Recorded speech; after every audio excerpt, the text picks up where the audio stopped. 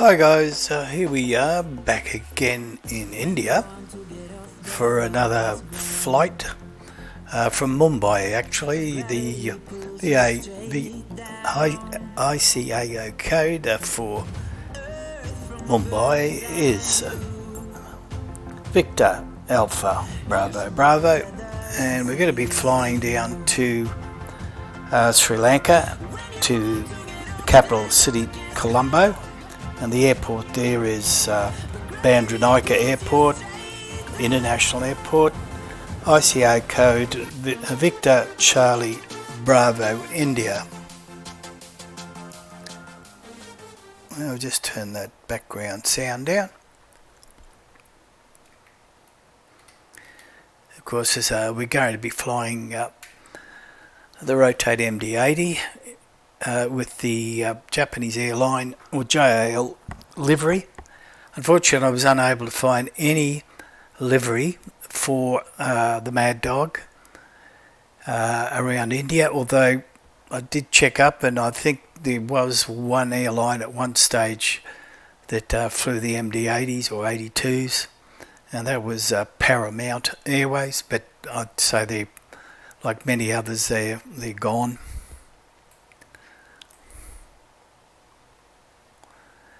A lot of other static aircraft. There are a number of other liveries for India. SpiceJet, I know, is a fairly common one. Go Air India, or Go Air In.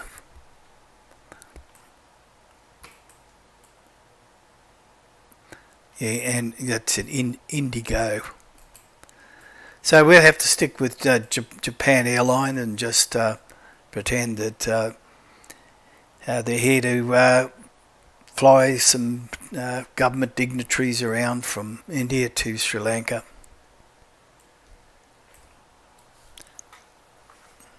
First off though, I probably will organise to get some ground handling out. I'll drive them up.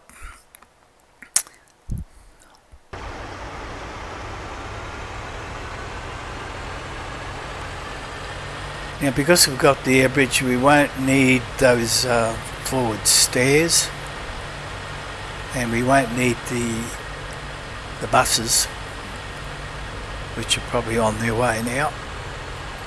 So what I'll do is I'll just go into control panel. We get rid of the GPU because there'll be one that comes with the Rotate, so we'll hide that one.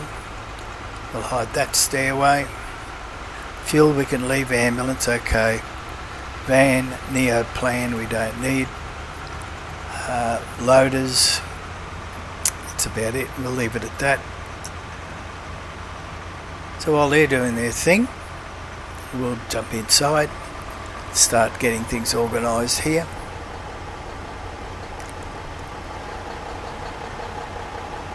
First off, we're going to put our battery on, of course. Make sure things are lighting up. Yep. Position lights on. Emergency lights on. No smoking, and seat belts can go on. Okay, we're going to bring over our GPU and put on our external buses. I didn't hear Betty yell out then. I hope that's okay.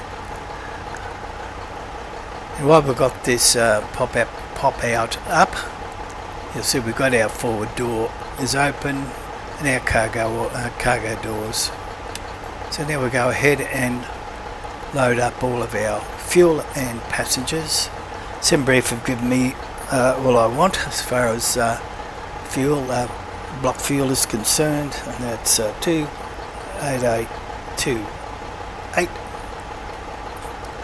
Our total payload is going to be 39300, and our trip fuel 15882. Looking at our landing weight here, it's very slightly over the maximum, but I figure we'll have lost fair bit of weight with fuel by the time we arrive. Alright, we can start loading the fuel already and expedite that. Otherwise it was a 12-minute wait. Cargo owner, 27-minute wait, will expedite. And passengers, 8 minutes, and expedite that. So once that's all done, we go over and we can move this out of the way, and we can put on the start pump. We can start up our APU, and while that's doing there, we can drop down and light up a few things.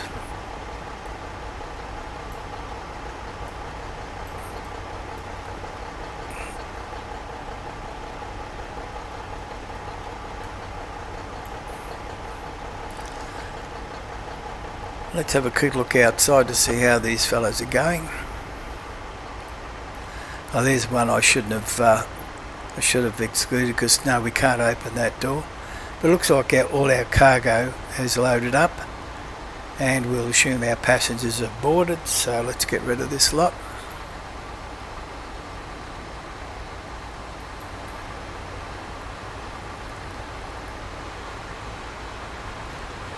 And I can close up our doors.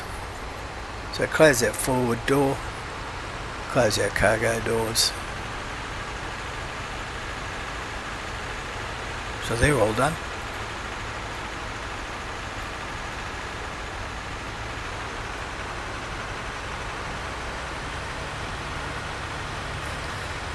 Okay, by the time we get back inside, I'd say our APU power is available.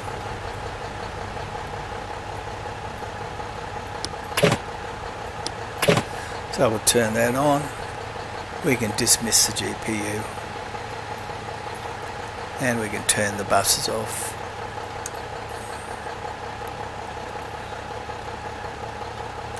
We've got to put this fuel pump on here to feed the APU.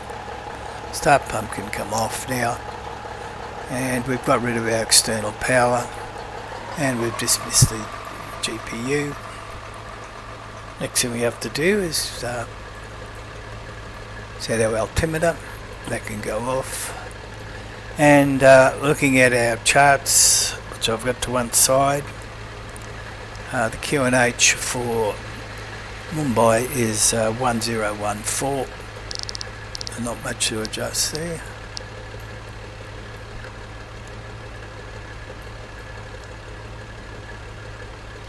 So that does it automatically for the first officer, so that's done.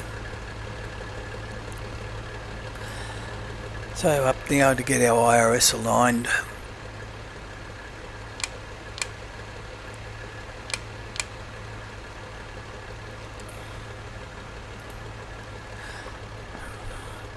And we can drop down now and fill out our FMC.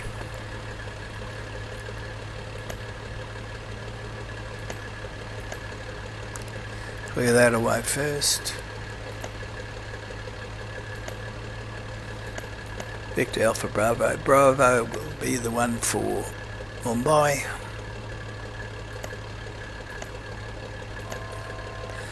And our destination is Victor Charlie Bravo India.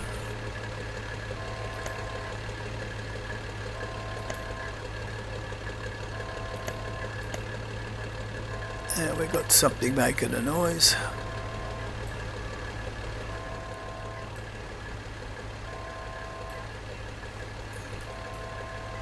Oh, I don't think she liked that altitude.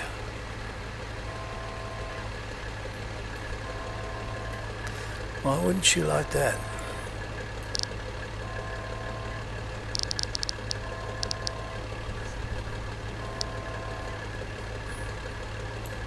Oh yeah, some strange little bug then.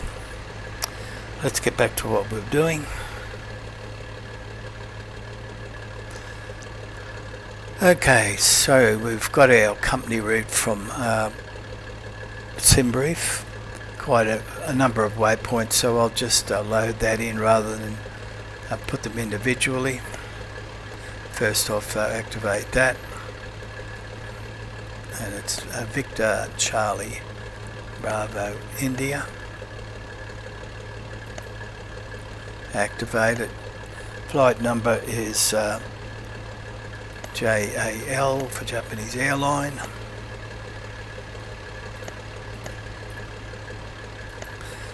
And we're going to be departing runway 09. Now I do have active sky up and running, and the weather there was 0 when it came to wind direction, so it was really a choice of which runway to take, and I decided to go to the one that's closest to me where I'm pulled up, and that's runway 09. Right, and because all the fuel is loaded, these should propagate straight away. And just checking, yep, 0 fuel weight according to SimBrief is 117.8, a little bit off there. Our reserve's going to be 3. Cost index will be 15. We're going to be at flight level 310. Cruise wind up there is 065. 010, and our outside temperature is minus 30 Celsius. Transition height for India is 4,000 feet. Takeoff, outside temperature is 30 degrees. So we're going to flex. And to do that, come up here slightly, and we'll turn this knob here and watch the input there, which will be 40, yeah, put in 4 or 5. And just above here, which we can't see because I have to duck down, we have to turn off our ART. Right. We go back, and when it comes to the putting in our gross, well, our V1s, we've got to go by the gross weight, and to do that we'll have to duck over here quickly and start up our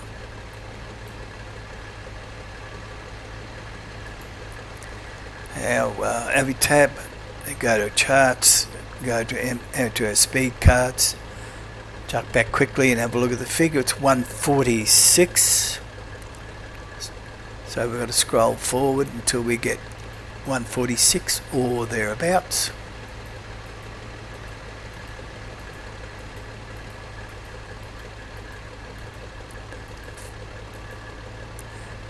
We could go back to 145, and it says our VR is 146, our V2 151. 146, 151.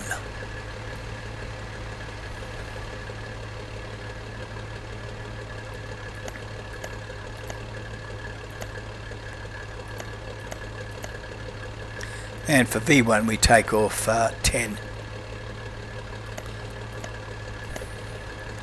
And there we have it. We're departing again at 09, and looking at our map again, I'm pretty certain it's Oscar Mike Kilo 1 to Bravo from 27, but I'm just that's from 09. I'll just double check that on the AV tab. And we go back up here, we go to airport, and we go in Victor Alpha Bravo Bravo, enter. I can't pronounce that name, but I hope it's the one. It has to be.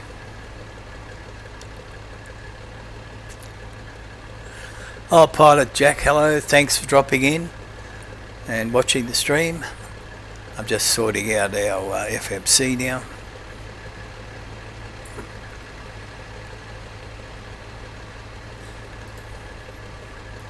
Just looking for our departure. Make sure we got the right one. Okay, here's our departure. Should be AMK12. I think that could be it.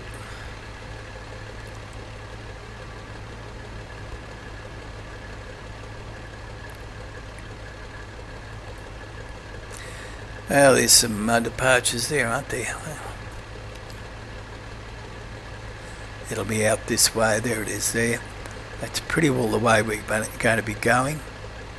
Down here. Oh, come back. Come back. Yep. Just a quick look at our route.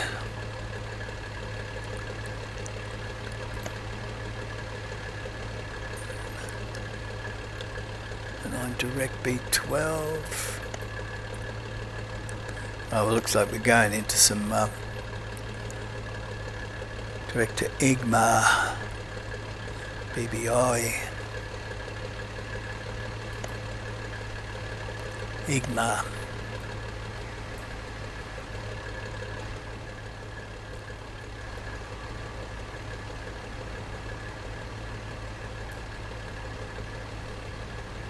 I think I've got the right one though, so I'm going to go ahead with that. Let's go back here. Depart 09, that one. I can execute it because I've already got my V1s in. Let's have a look at our legs. Need to get rid of that disco. And let's have a look at our maps. We've got our alignment, so we should be able to do that.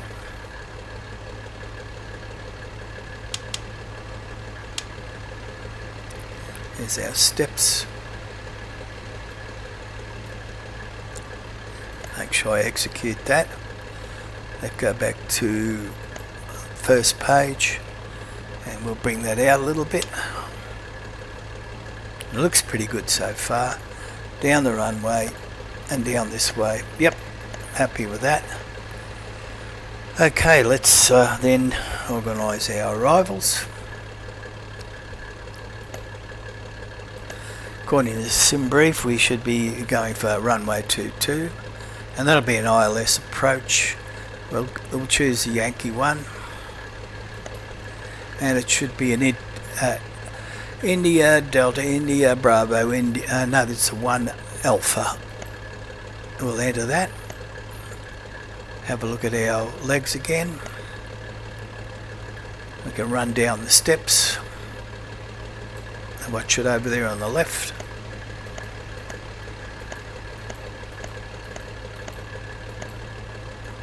Looks like we've got a disco here. Execute. That's looking good even from here. Okay.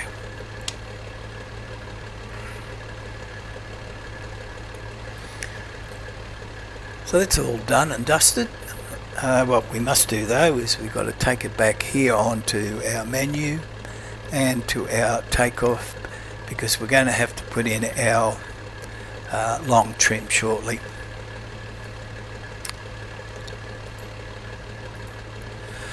Right, let's get back to business here.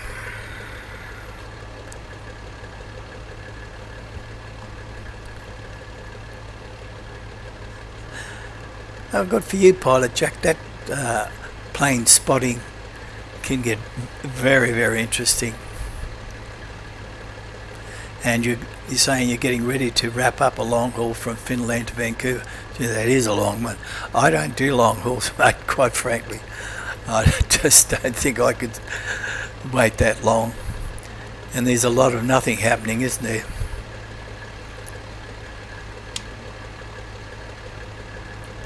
Okay, where were we? Yep, I've got to start doing a few things up here. We've got to put our HB bleed on.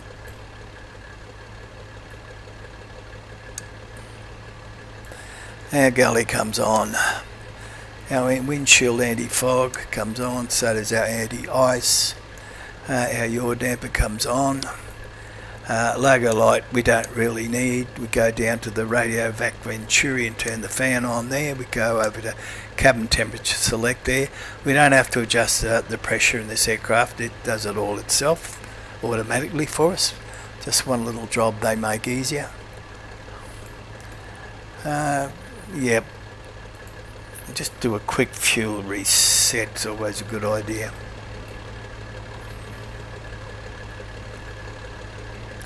In the meantime, I'm going to just go outside. I'm just going to get rid of these guys sitting there, motors going. You don't need them anymore. And I'll make it a little bit quieter for us inside. Okay, next thing is down to here for our hydraulic pumps. They've got to go to low. We've got to slip down to our transponder and turn it to standby. I'm going to leave it squawk on 2000. There never is any ATC around India this time of day. I think they're still in the dark over there. Alright, back up here we put our bleed on, our PU bleed on. We put one of these HP bleeds off, down to crossover with the pneumatic valves, cross valves. Our doors, made sure they're all closed, which they are. And again, now that we're going about ready to start off, we've got to turn the galley off. Fuel pumps, I'm pretty certain we're going to need the centre pump as well, the centre tank as well. So just have a quick look here. Yep, we're going to use that up first, of course. So all our pumps come on, all our centre ones. Both HP bleeds now go off. We now have to slip down for our transfer pumps. They come on. Our strobe lights now come on, so does the anti-collision light come on. Our transponder goes over to XPDR. And we go up to our glare shield and we put on our flight directors both sides. Maximum bank angle goes to 15. Heading runway heading, sorry, I'll just have a quick check to see what that is on the map, on the charts.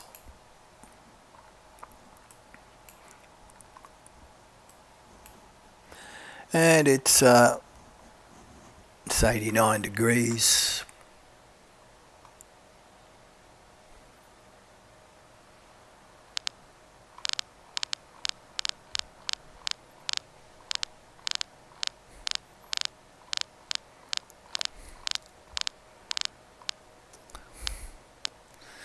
Okay, that's done. Then we've got to do our departure altitude, 31,000, flight level 310.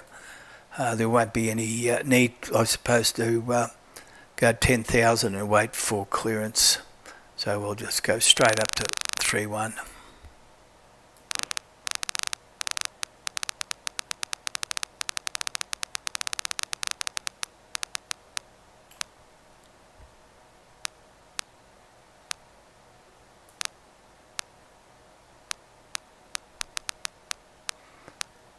Bit fiddly that, isn't it?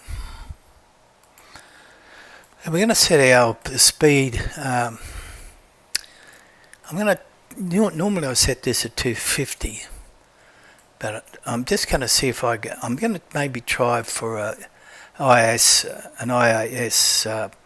departure today, which means I might want to set it on about 185. And see how we do a climb out. I don't do this too often, so I just thought I'd give it a shot today. So just looking, Pilot Jack, yeah, you participated in the the Arctic Adventure on VATSIM today. I'm happy today was the busiest my home airport has been in a while, so the time of the flight would go by. Yep, that's original. How'd you get on with your compass? I think, isn't there a problem when you're flying over the Arctic? You got to have a look. Your compass just doesn't seem to work well. I think you got to reset it all the time, something like that. Okay, getting back to here, we've got to set our fuel panel with the zero fuel weight, and to do that, looking at sim brief, the zero fuel rate was 117.8,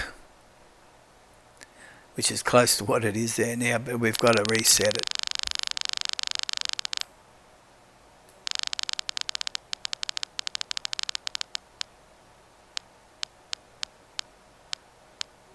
Okay, and then we let it go and it comes back. You see it's already changed the gross weight. So that was something we had to do. Alright, we're practically ready for a push and start.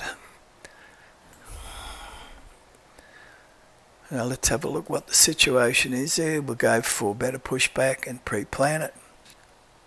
Now I happen to know from the chart I'm looking at that the runway 09 is just up here, so we're quite lucky. We're close enough to that. It's not going to be a long taxi at all. So we'll head out this way. Give it a little bit of back. Alright, Captain, got the directions. Let me know through the menu when you're ready. So we'll start the push. Great news, Captain, your tow's coming. Okay, while that's happening, we can set the long trim. And to do that, we come down here and we check what the center of gravity is, and it's 7. Okay, come back slightly, come over here, and we've got to set that to 7.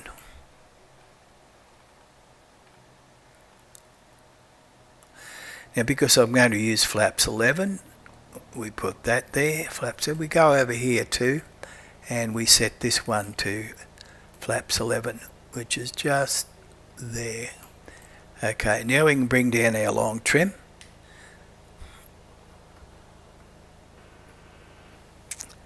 And here it comes down there. Alright, looks like the doors and hatches are closed and we're ready to connect. So we're going to match these two pointers, the green one on the left and the one on the right. And that looks like it's pretty well spot on. You know, up here, see, it had to be between 7 and 8, and there's 7 and 8, so it looks like we're pretty right. Now, if it isn't, as we taxi along, of course, we can check that out, and if Betty has a moan about it, we've got to fix it. Alright, these guys should be just about ready.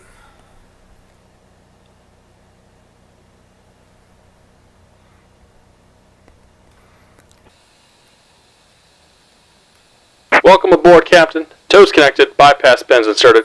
Go ahead and kill the parking brake when you're ready to go. Good enough. Okay. Parking brake off. And we can go up here. Here comes the pushback. Light them up. Left engine first.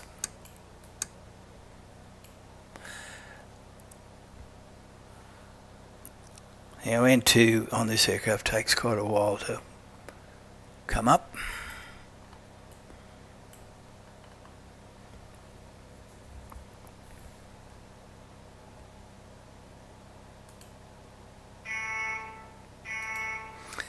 Sounds like our air bridge is going off, yep.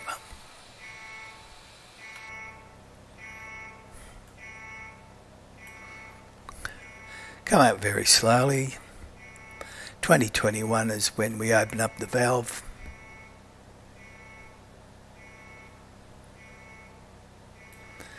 Okay, first one is open. There we go. And we should hear things firing up. Might turn the sound up a little bit for the interior.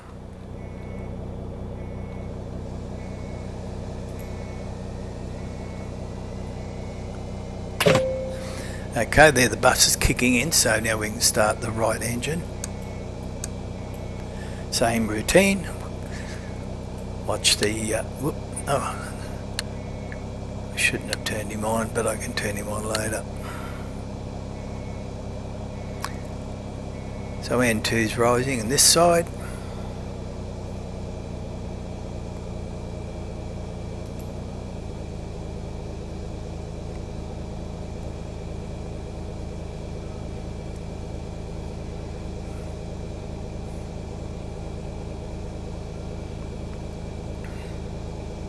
Just about done here. Go ahead and set your parking brake. And we're disconnecting the tow. Give me just a moment. So that's our right engine up.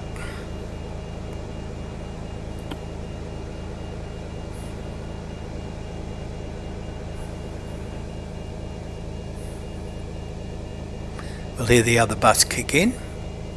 There it goes. Okay, now we can turn off our ignition switch. Off our ignition switch is the main one. Then the engine start switches, they come off. That guys can go. We now put our APU bleed all the way down to auto.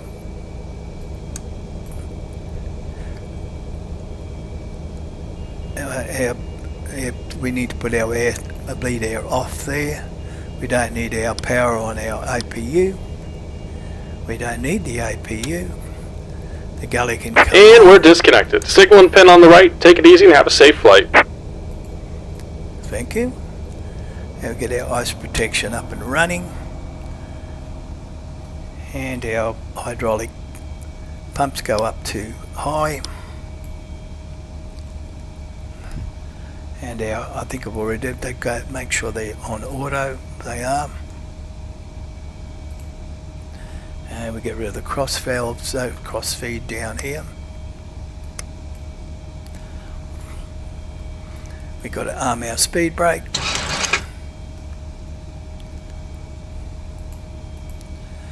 And we can set our flaps 2 down to flaps 11. Just double check that. Got an indicator here. Coming down.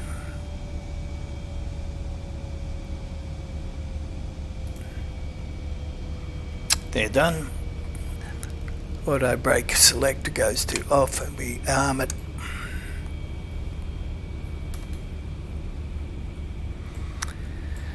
Just about ready to move, aren't we? So we can put our nose light dimmer on. We can start the timer.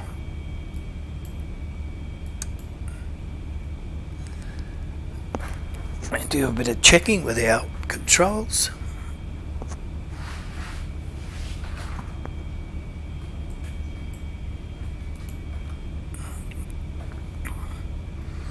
All the way back, all the way forward, both left and right. We can move him out of the way now, just check our foot pedals and brakes are working alright, which they are. And the weather can come on now. 1, 2 for that. Transponder goes to TA and AA mode. And transponder direction goes above. And we're pretty well ready to move. So off goes the brake.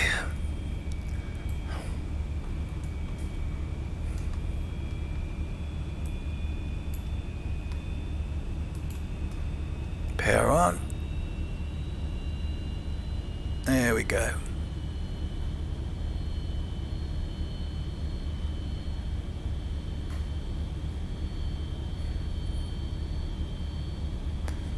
Like I say, there's not a very long taxi.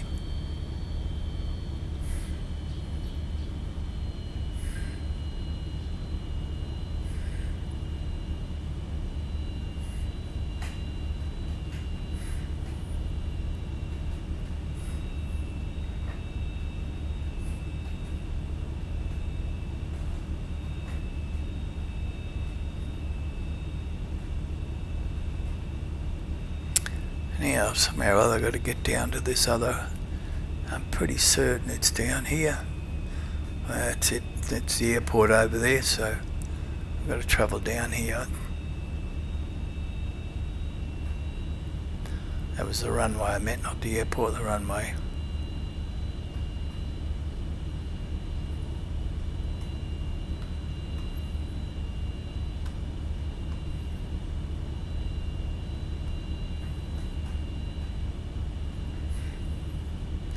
I should be able to go to all the way to the end, I hope.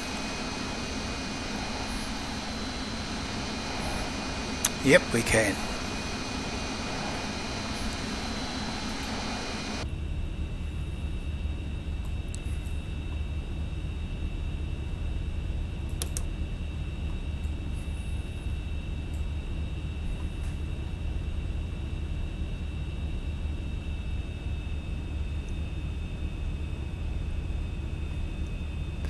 Now we've got a message in the annunciator just confirming that our ART is inoperative, which is the situation it should be if we're doing a flex.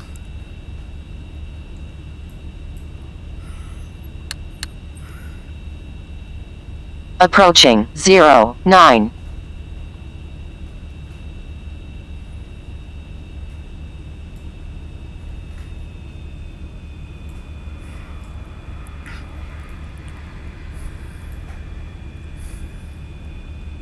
Okay, we can put on our landing lights now. And we can also put these on over here.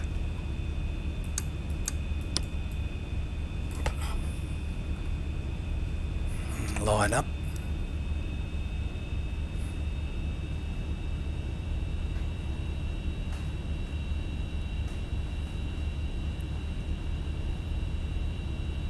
On runway 09.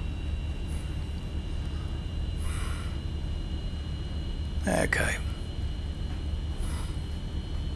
Push up the power a bit there. We can actually hit our toga button now. And then our auto thrust.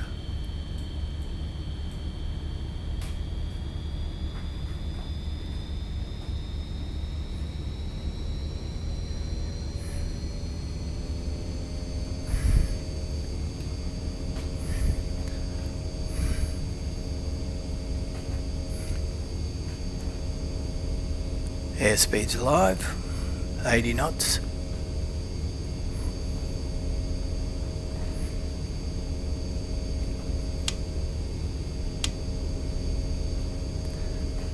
Coming up on V1. V1, rotate.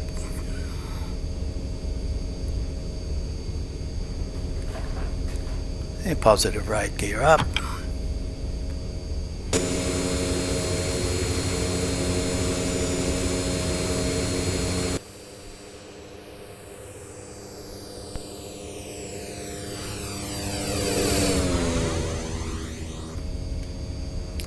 Down a bit.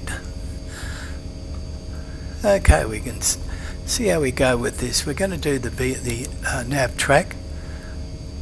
We're going to put autopilot on and we're going to hit our climb and just watch things as they happen. Now I'm just going to try and see whether I can do indicated airspeed, and it's on 189, so let's see if it holds it there. And we can bring our gear up. Let's have a look outside. Yep, it seems to work.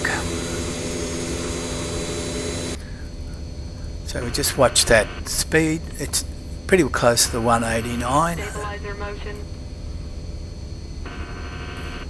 Now once we get up a bit of height and we're making our turn.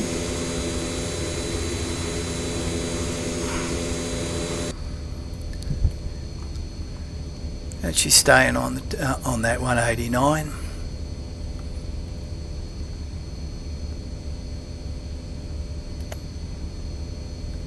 $250 we can be at, so what we might do now is we'll see if we can slip over to VNAV, and this should appear here. So VNAV, give this VNAV climb. We might now see things start to speed up.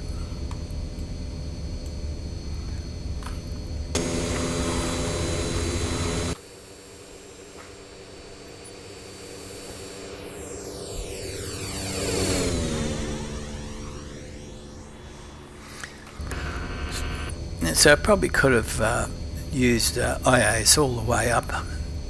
Let's make sure our nav track is working okay. Looks like it's a little bit offline there, but we'll just watch that.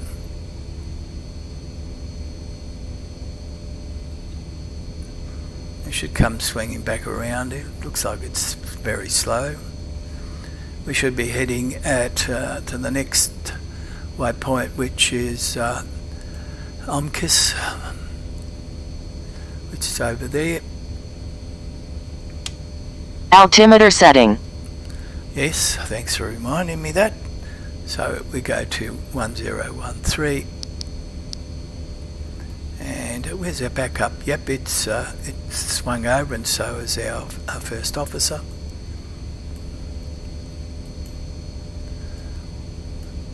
Yeah, it looks like she's lining up. Our next direction after we pass Opkis is Igmar at 137 degrees, so we'll set our heading to that. This is a backup. There we go.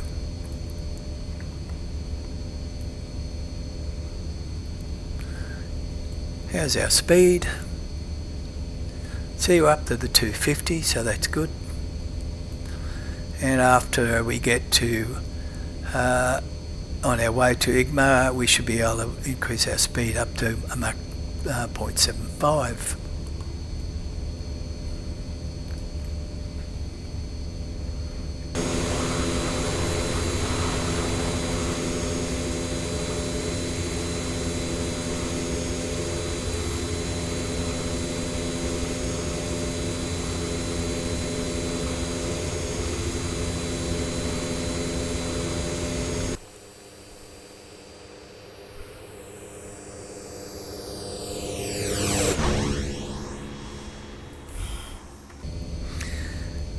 Let's look at our annunciator up there, and it's still telling us that the ART switch is inoperative. So now that we've departed and we don't need to worry about flexing, we can put him back to on. So we've got a nice clear annunciator there. Also we can jump up here and put our switch off to off again. We don't need it now. And it's all looking pretty good. Excellento. And you notice Betty never said a word. Oh, well, she did mention stabiliser motion, but she says that all the time. 10,000 feet, where we can now put off our wing lights, our nose lights. We can go over here and turn off our floodlights. I'll leave on the wing lights though. Now, for those who don't already know, this particular switch here, the position switch, is you actually bring it all the way down to activate your strobes, but the strobes don't actually come on until your wheels lift off the runway. Sort of like an automatic thing.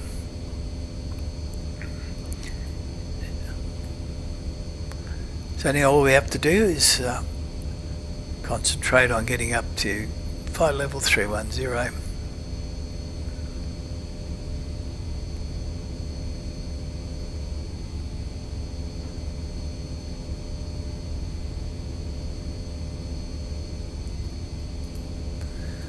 Just checking we've got our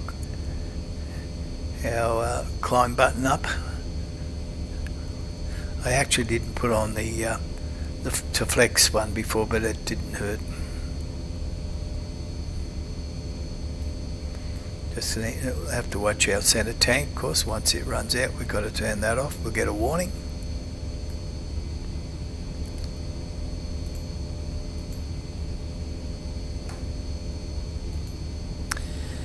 And we can also go down here and turn off our auto brake selector. Retract our speed brakes.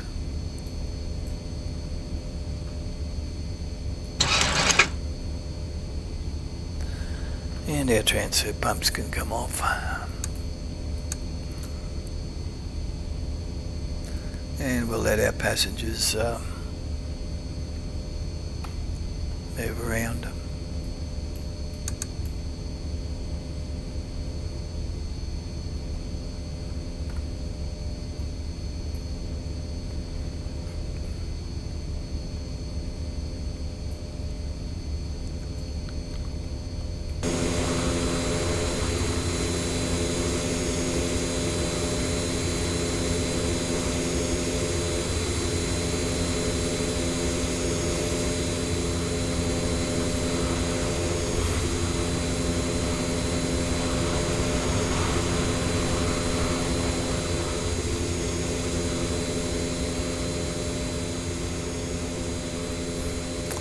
See, she's got that little bit of the dirty look about it.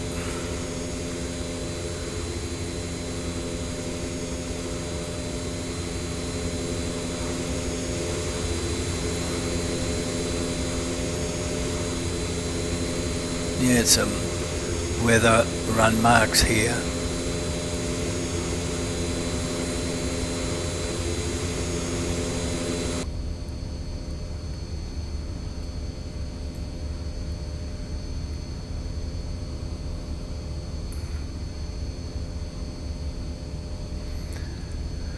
So we're heading off now to Colombo,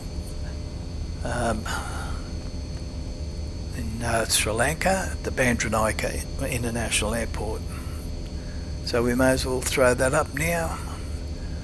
Doesn't look like this particular departure was the one I was after, because here we are going down here. That was a bit of a guess, I think.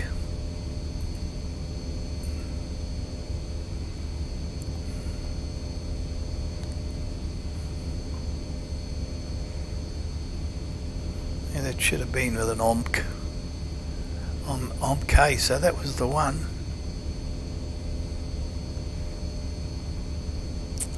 Otherwise we had Igmar Atkim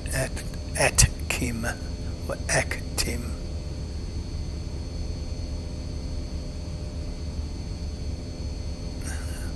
Not to worry, we're past that anyway, so we don't need to worry about it. Okay, let's get our ICAO code in for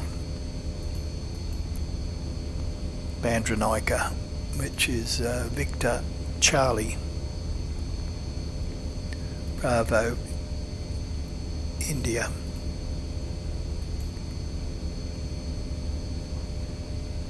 Donut, g'day mate, how are you? Thanks for dropping in and saying hello.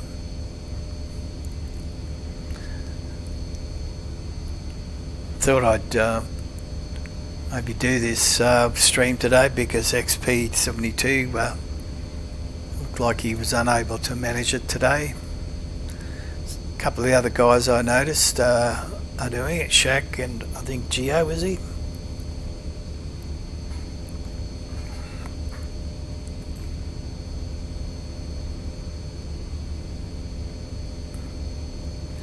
Okay, let's look at our airport.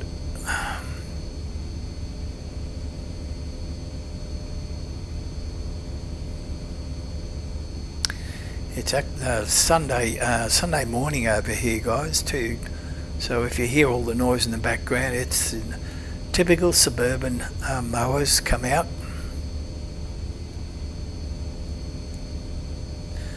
So there we got that's. Hang on a minute, is it the right one? No, that's not it. I've got the wrong one. Victor Charlie Bravo India. Oh yeah, that's it. It's got it here, Bandra. I think it's just check on my charts, but it must just be a single runway. I thought it'd be as an international airport, it'd have more than one runway. But let's have a look. Look in the chart. No, that's it. So we're looking for runway 22, which is this end. So we should be able to zip in here. 10,991 feet. We'll probably end up coming off on that Delta exit. Let's have a look at arrivals. One of the last waypoints is India Delta India Bravo India, and that looks like that could be it. There's two of them here. Let's have a look at the first one.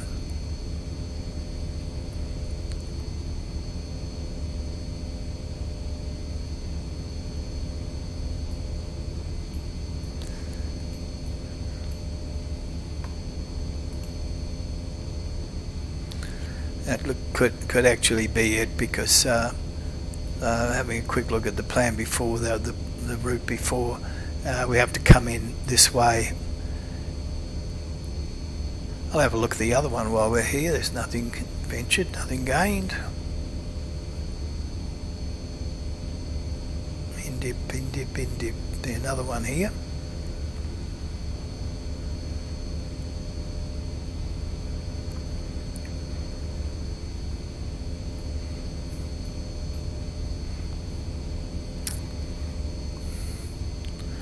In fact, I think that's for coming in the other runway, so that one's different. The first one was right, so we got that.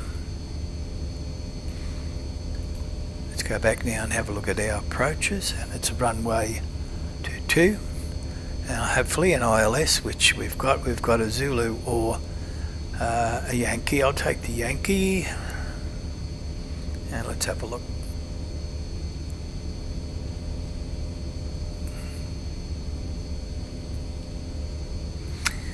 It looks like a DME arc there, eh? But we're coming in from further up straight in, so I don't need to use the DME arc. Double check we've got here. Let's have a look at our airport elevation while we're here. It's only 29 feet, so pretty well close to sea level. Here's our localise our ILS and our final course for the approach. Going down here, we've got a initial approach fix at 2,400, and we've got some decision heights here already for category C, which this aircraft is. So while we're here, we may as well start putting a few bits and pieces in. Let's have a look at our altitude first. 39, we're nearly up to cruising level. Yeah, so we're 240 for our baro reading.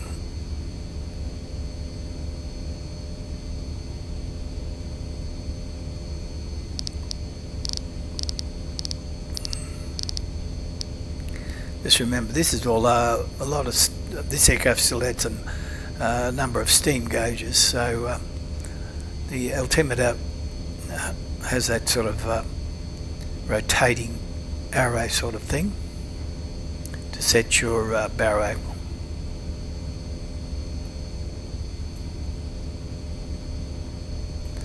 Okay, so that's decision height. We'll have a quick look up here just out of curiosity to see what the go around is going to be, because obviously we're coming in this way. And the missed approach, where are we? Missed approach, just go straight ahead to 2,500 and contact control.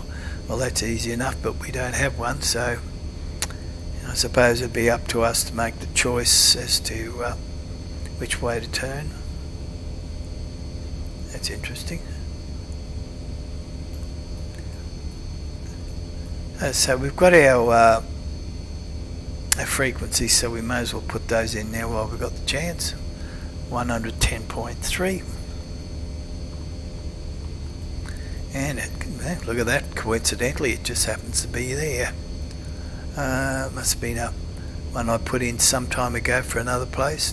We've got our course is 220 degrees.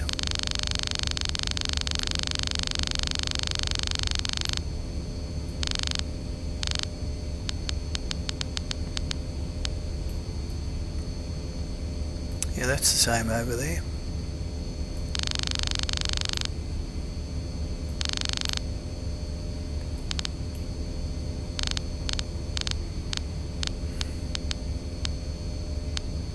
There we go, that's done.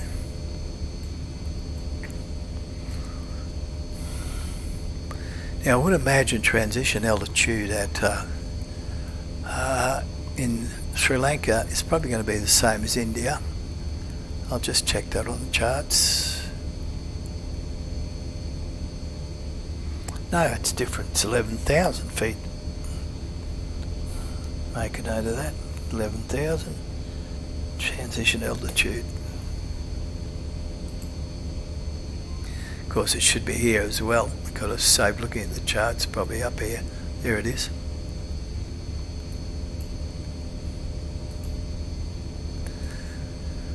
Okay, so we'll just leave that up because hopefully we'll see ourselves coming in here.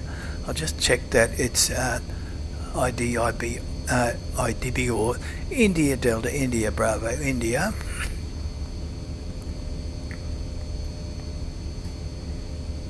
And I would imagine, there it is.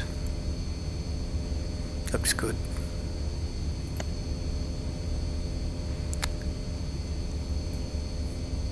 So 27,000, we've still got she does take a while to climb up, this aircraft.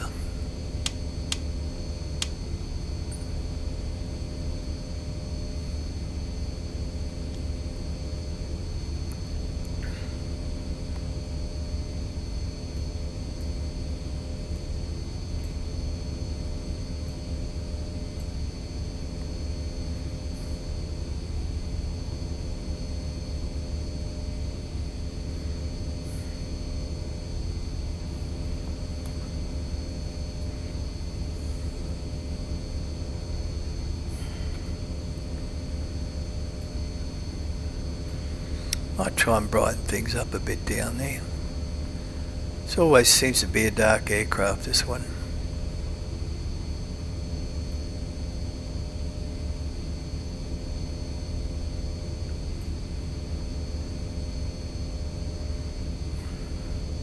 We've got no weather to worry about, have we?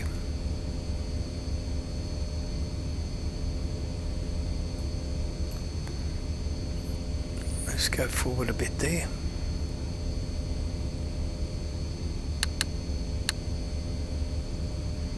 Over the radar.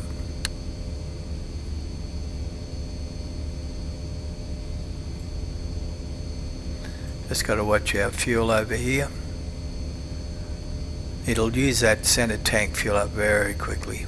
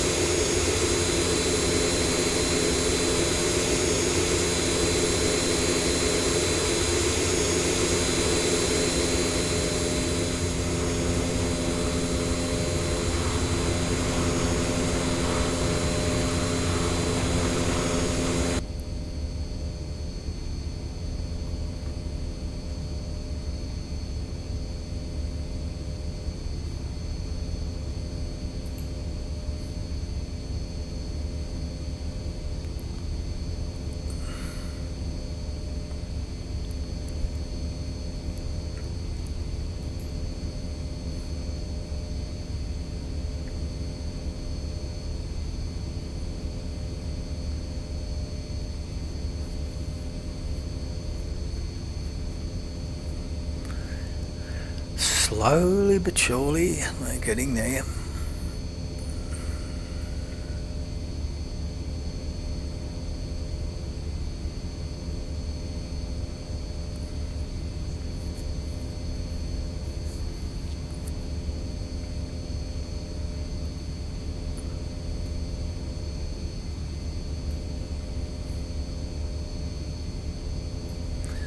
This thing over here, of course, is where you can do all your ranges and your modes, for rows, arc, map, plan, etc.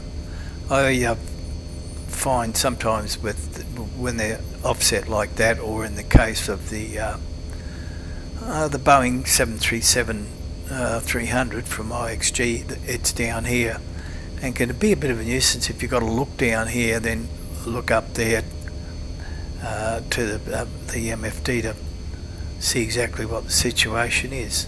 This one's not so bad because you can just click it here.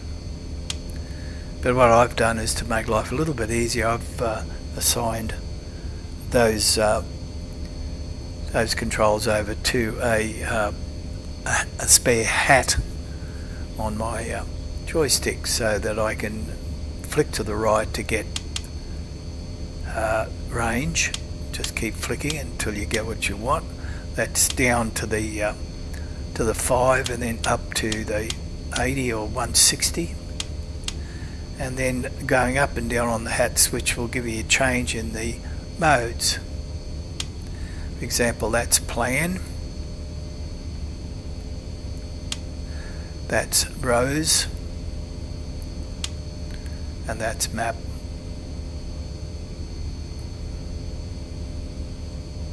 Which is obviously the one that I use most of the time. So it just makes it a little bit easier, where you don't have to sort of go swinging around the cockpit from one place to another.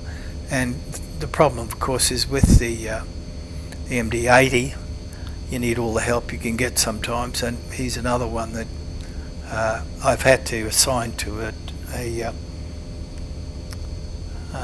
to the keyboard, and this is number 9, and that's to the hydraulic pumps and transfer pumps, which just happen to be way down here on the right hand side of the center pedestal, and you've got to go looking for it. And there's a few other things down here too, like your brake temperatures and stuff like that, but this is the one you tend to want to be using from time to time.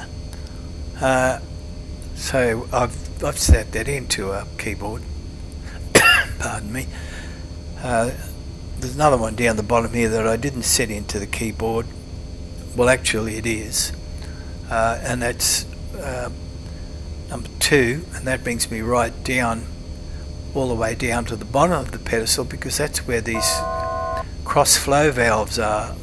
Right. Also, this is where your auto brake is.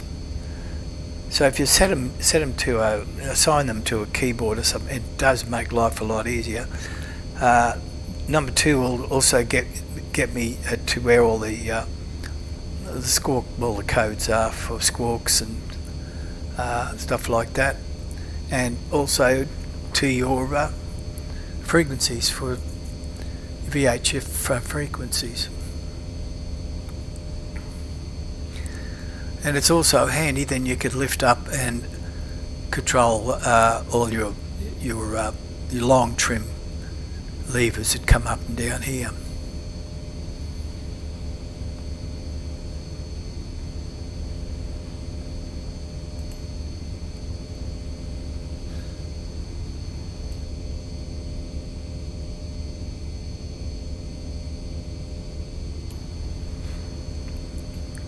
And then, of course, up to your FMC,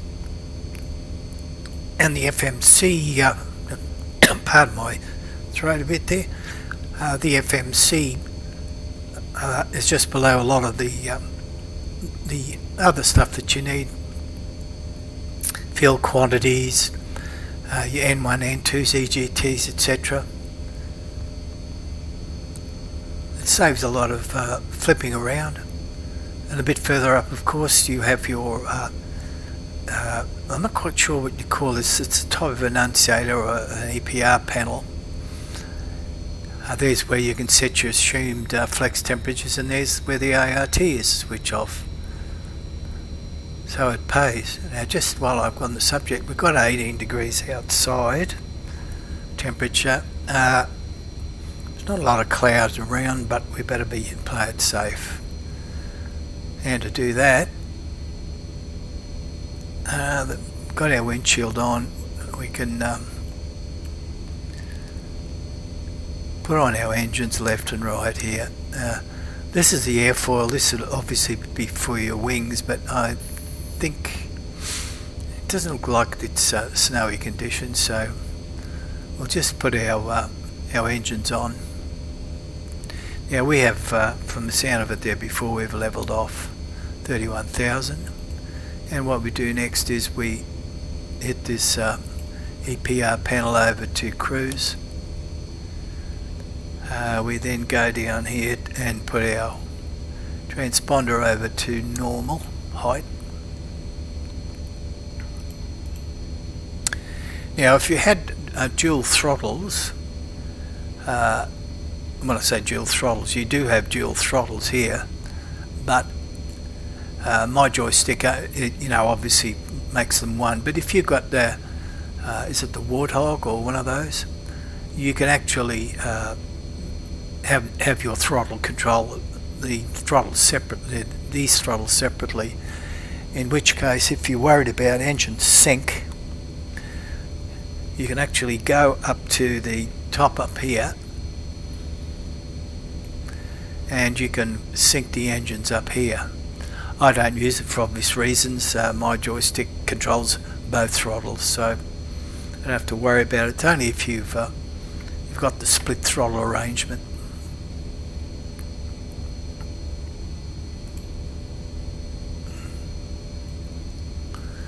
Okay, so now we can come back here and we can have a look at our initial reference for our approach. And 28 flaps is what I tend to go for. I very rarely use 40. I go for 28, and I notice the VREF is 141. Now theoretically you can add 5 onto that to make it 146, which is not bad, because from some of the videos I've watched of real world pilots, the comment's always been that it's always a good idea not to let your speed drop down to 140 knots on approach. So I'm quite happy to stick to flaps 28 and 141 plus 5, 146. Gives a bit of room.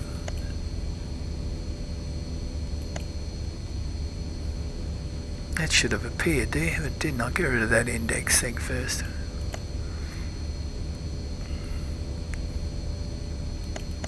No, it doesn't. Should have. Oh well, just make a note of that. 141 to 28 knots, 28 degrees.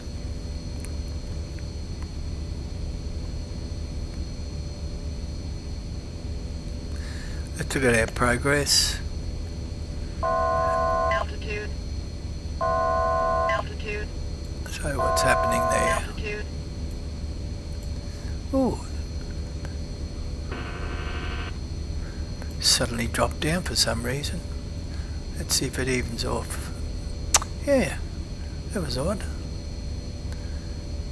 Something made it drop down. Anyway, it looks like it's settled down again. Top of descent's 552, so we've got quite a way to go.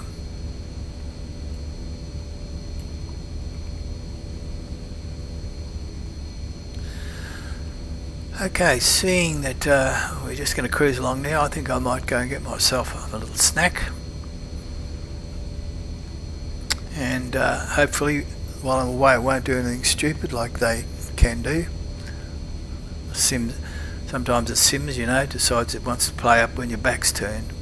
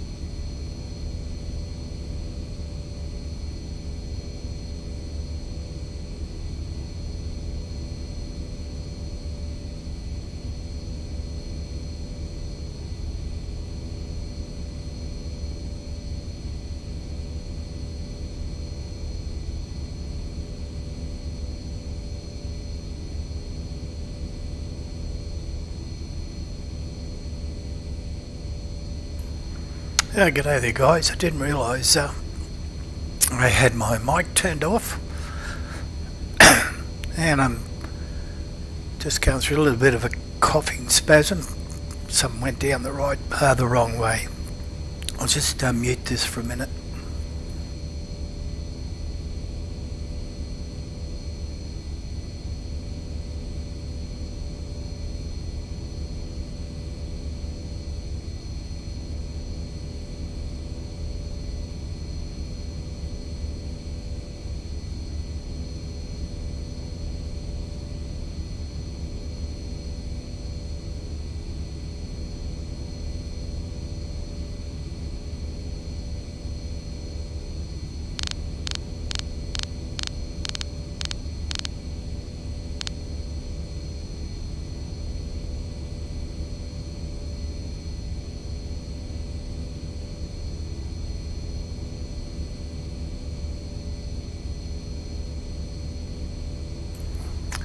Okay, that should be better. I didn't realise I had that mic off for so long, but nothing much has happened. We're just cruising along, flight level 310.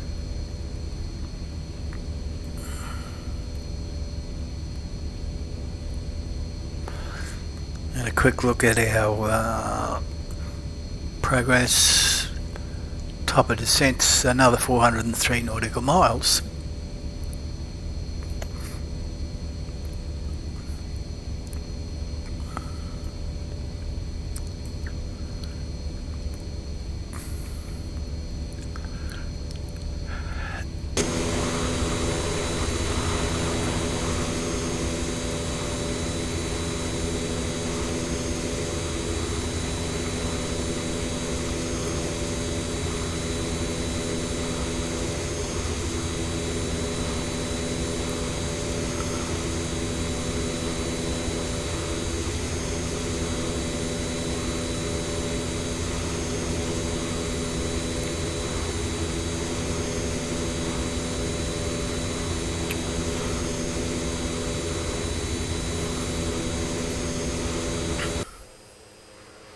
It looks like that weather's cleared up quite well.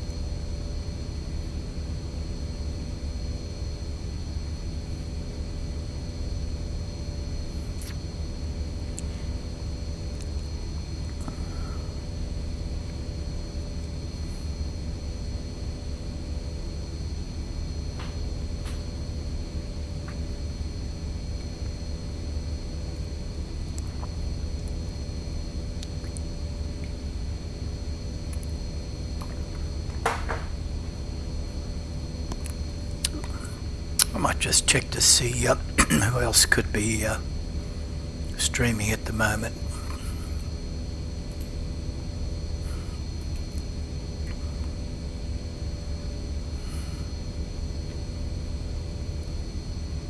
Okay, is Shaka and Oatmeal still going? Have a look.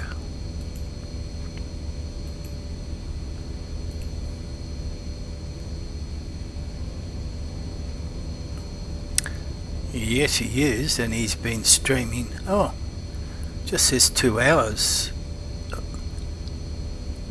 Or is this a recording? My fault, actually. I went to go minimize the screen and I clicked out of Streamlabs. I think this is a recording. I think he's finished. Let's have a look. Who else?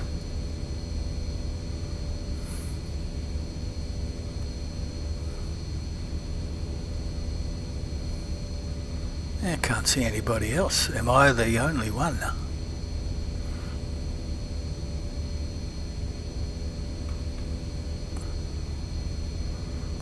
What about CJ? I think he was. I'll check his site.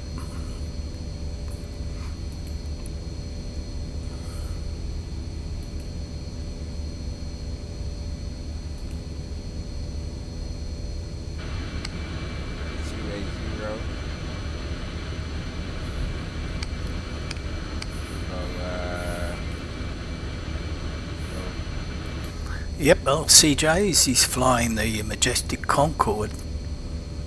I don't know where from. Oh, hang on.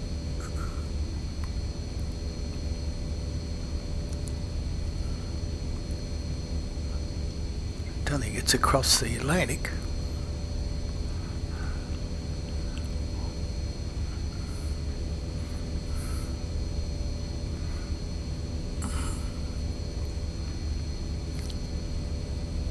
I might say hello to him. Mach hold. Alright, and now, where are we now? Looks like we over the water. Are we? Nah. Not yet. Alright, so as you can see, it's following the flight plan. It's following our seat, but we are actually going 2 to 3. Waypoint 2, waypoint 3. And what we can actually do down here is the distance track.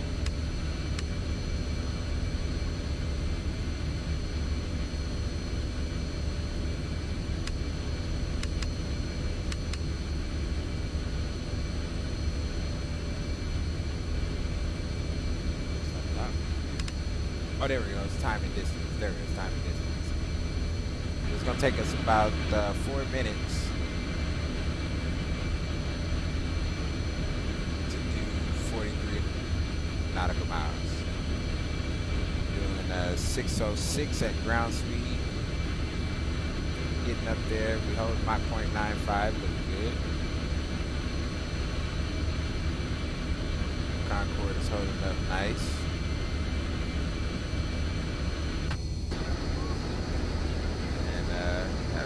Couple reviews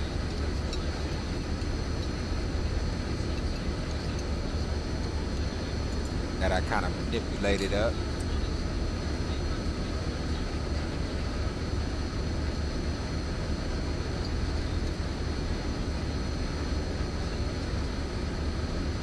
Alright, boys, we're gonna turn some music on, man. What's going on, Spag? It's good to see you, my man. Nice to see you, my dude. I'm streaming the MD-80 at the moment. Okay, we're gonna come over there and check you out, bro.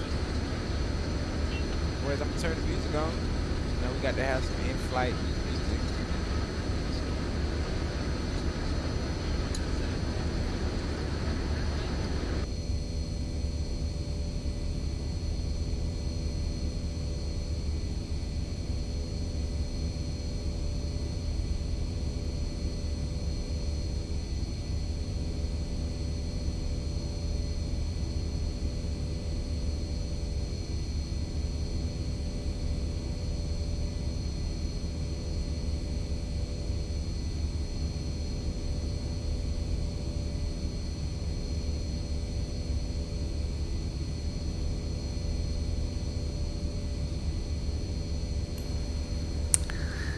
Damn, it looks like I had my mic off again. I don't know what's happened there. I turned it on before. Anyway, I don't know how long I've been off air, so to speak, but nothing's changed anyway. We're still just cruising along at flight level 310. And looking at our progress, we've got another 347 nautical miles to go before top of descent, so it's going to be all pretty quiet, I hope, for until then. Our next waypoint's Actim, or is it no, BBI? Oh, we should have been through BBI. Oh, that's progress. Let's go to legs. Yeah, Actim, it's another 113 nautical miles to go, so it's a bit of a while before we get there. Let's just have a quick look at our map, hey, let's see what's happening. Shouldn't be too far off the coast. Look at all these Indian names, I bet you can't pronounce half of them. Look at that one. I wouldn't even begin to try. Another one. Nelly Command. Oh, yeah. Let's see how close we are to the coast.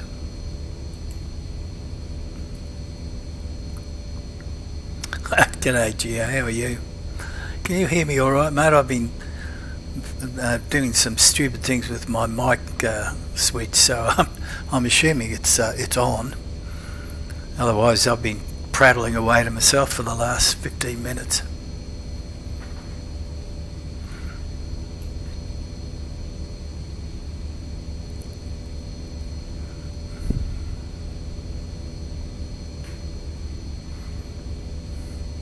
I've still got a way to go down the coast before we hit the coast, and then we'll obviously slip over here and probably down the coast here a bit to Colombo and the Bandra airport.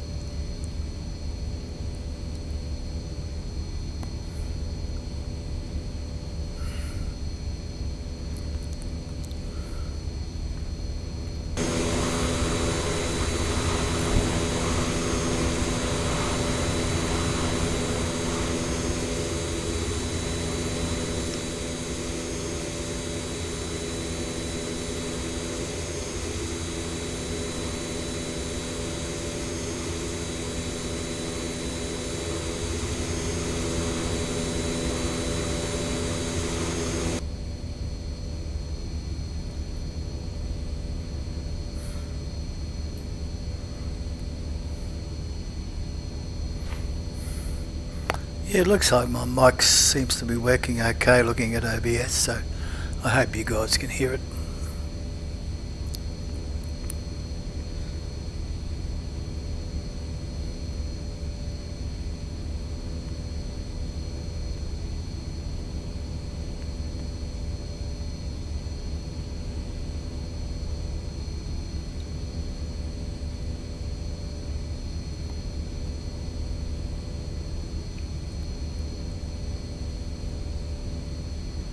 Christophers at Thorsheim. G'day. Thanks for dropping in here.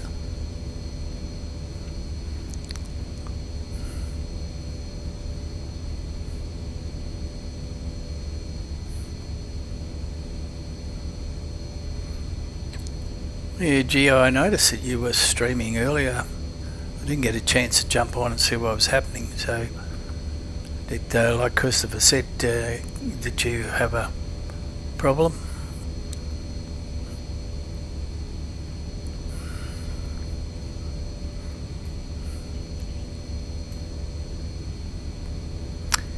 There's our centre fuel going. We'll get the warning in a minute up here on the annunciator saying fuel, fuel, fuel. That usually clicks on about, I think, close to about 400 or something.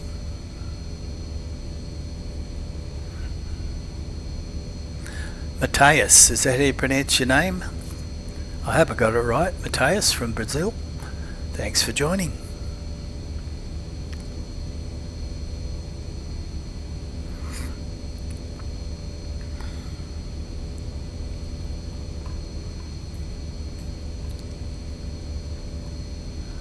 Engine anti-ice is on. Look at the temperature still some minus 19 out there. It's probably no ice, but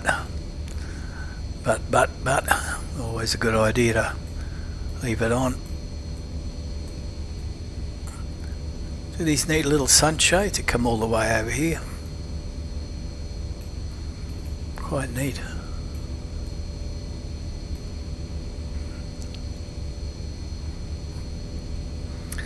Did I close the door to the passage? I don't think I did. Let's have a look. Like I mentioned before, that's a funny looking jump seat, isn't it? Looks like just a cushion folded up. Let's see if I can manage to close this door. There we go. Not that it made any difference to the sound.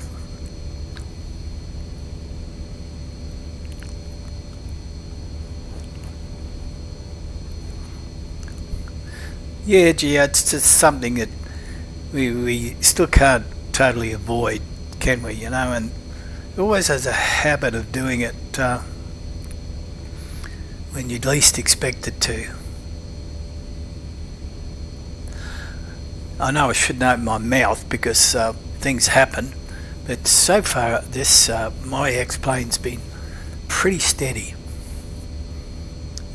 Just looking down the bottom, I'm getting 66, 67 frames. Outside, let's have a look.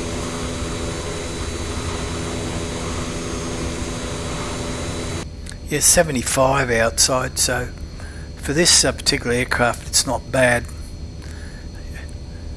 Yeah, even looking down into the dark spaces and around, it still manages to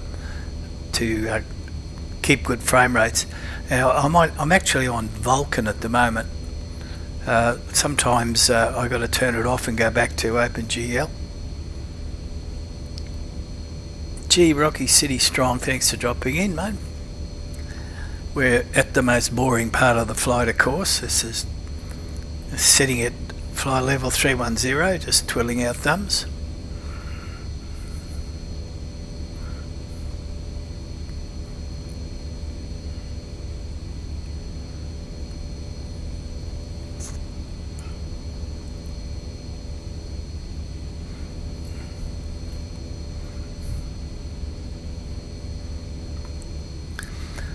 You guys obviously wouldn't have seen it, but I had a pretty good departure today. I don't usually fiddle around with indicated airspeed on this aircraft so much.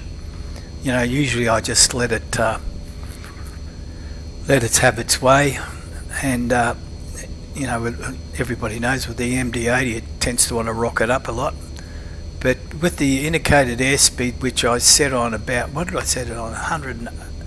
About 185, and if you flick the button, this one here, it really does bring it under control. I was quite happy with it. It was just it was climbing at a really sort of nice steady rate, not out of control like it can get with this aircraft. Xeno Demon, that's a great name. G'day. Thanks for dropping in. Is that a xenomorph, is it?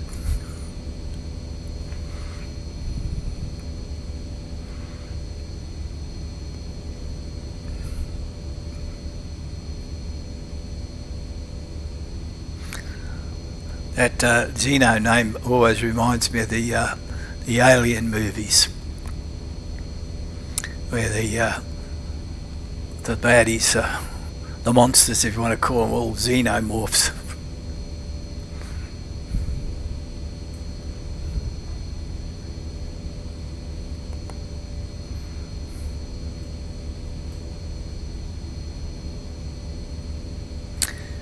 There's our annunciator warning, which I kind of expected. Here's our fuel level there. That's pretty empty, so what we do now is we just slip up top here and we just turn off these centre pumps. And that annunciator light should have been, it's off, it's gone. Something to keep our eye on. Yeah, these old aircraft, I forget the model engines, the JT, is it, something or other?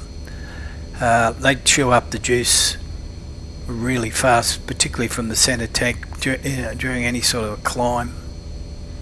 But I got stacks of, looks like I got plenty of fuel left for the rest of the trip. And what are we now? Progress, we've got about, still got 272 nautical miles at top of descent, so still a way to go.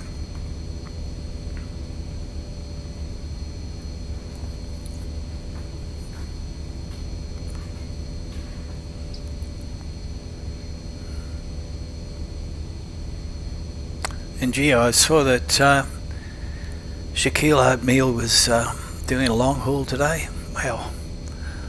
I think when I checked his site it was only about 7 minutes. Sorry, 7 hours. Not my cup of tea, I'm afraid. I'd probably bloody well fall asleep. Yeah, vodka burners. I've always thought the Russian engines were the vodka burners.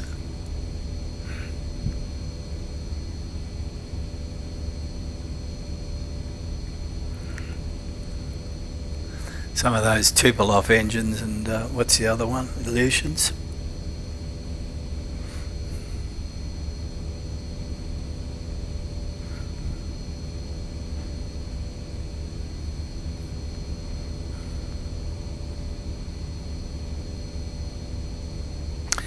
So just looking at my times here for you guys in the States, it's 9:30 on the East Coast. Would I be right?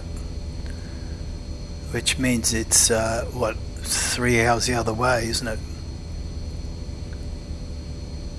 Should be 6:30, around about.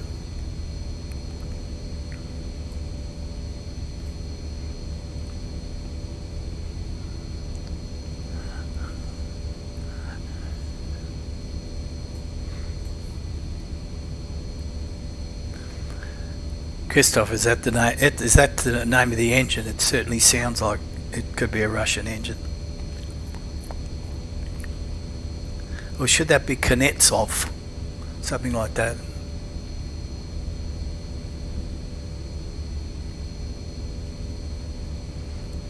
Oh, there you go. I wasn't far off. Kuznetsov.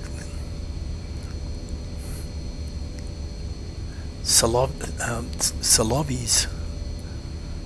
I'd never be good at Russian.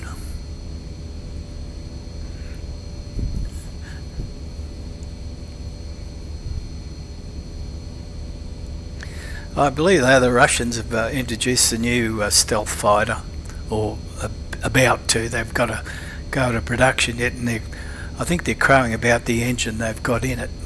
It's supposed to be pretty well state-of-the-art stuff now, and it's supposed to be every bit as good as what the West produces. But I'll bet you any money you like to lay that the Chinese will get their damn hands on it and reverse engineer it. I believe some of their the Chinese fighters, while they were, a lot of them are copies of the Russians SUs, the 37s. They've been having a lot of trouble getting their engines right. They didn't copy the engines quite as well as they should.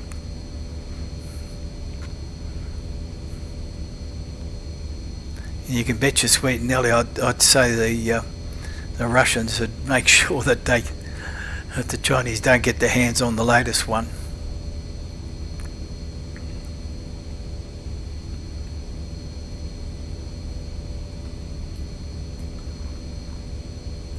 Yeah, coming up to waypoint Actim, which means we'll be doing a bit of a turn. Let's have a look. Yep, that's 40 nautical mile radius, and up to Sappam, and that'll be to get out of the progress, that'll be 148 degrees heading.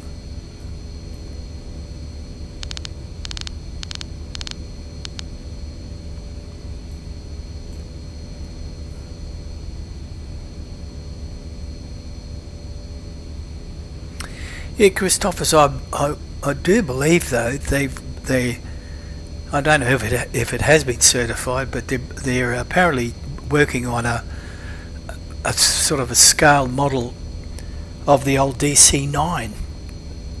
I did see a video on it once a few months ago, and it's almost a dead ringer for the DC-9. You know, it looked all right, but I think probably again the same old problem, engines as far as they're concerned.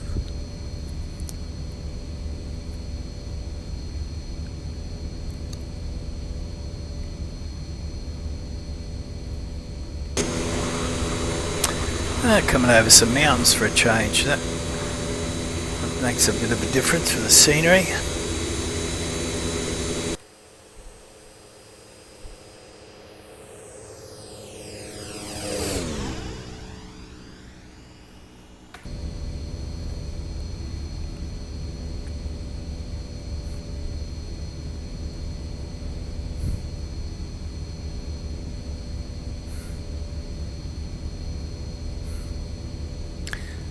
I must admit, I wish I did have a few more liveries for this aircraft.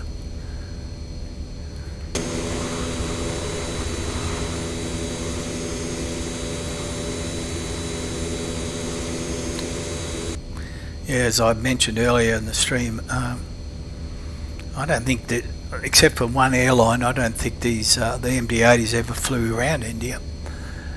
Because probably also at the time when the MD was plentiful, India was more or less palsy-walsy with Russia more than they were with the West.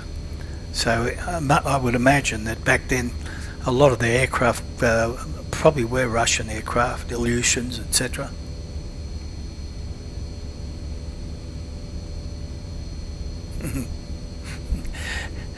If you want something made fast, call the Chinese. Yeah, for sure. But the quality on some of their stuff is pretty bad. Even some of their cheaper stuff you buy in your Home Depots and things like that. I don't know about you guys, but there's you get, if you go to the tool section and you got all your Makitas and Ryobis and things like that, you'll always find a couple of Chinese ones in there. Is it XU1 and Ozito? I don't know whether you have those brands over there, but they're as cheap as anything compared to the Makitas and things. But oh man, you're lucky if you get a couple of runs out of it.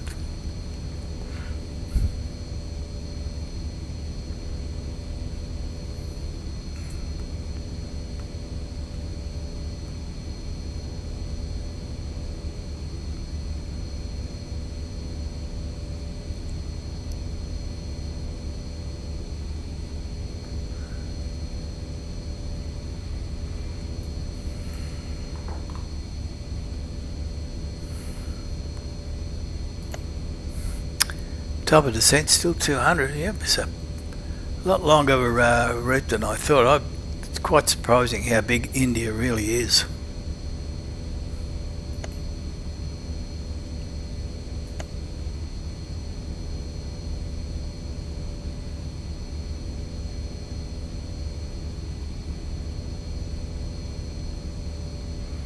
Yeah, you have a store there that mass orders products from China. Yep. Lucky if it lasts more than 3 weeks. You know, the trouble is, some of the things you want to get, not necessarily hardware products, but some others, you know, it's a case of it's got to be Chinese or nothing else because nobody else competes. Over in Australia, though, when it comes to clothes, at least we've got products that can come in from Bangladesh because their labour over there is pretty cheap when it comes to cotton products. We get some stuff in from Indonesia, we get some stuff in from Thailand, and even Malaysia. And some of those products can be pretty good, even better than the Chinese ones. So it's good to have that choice, so you don't have to have Chinese or nothing at all.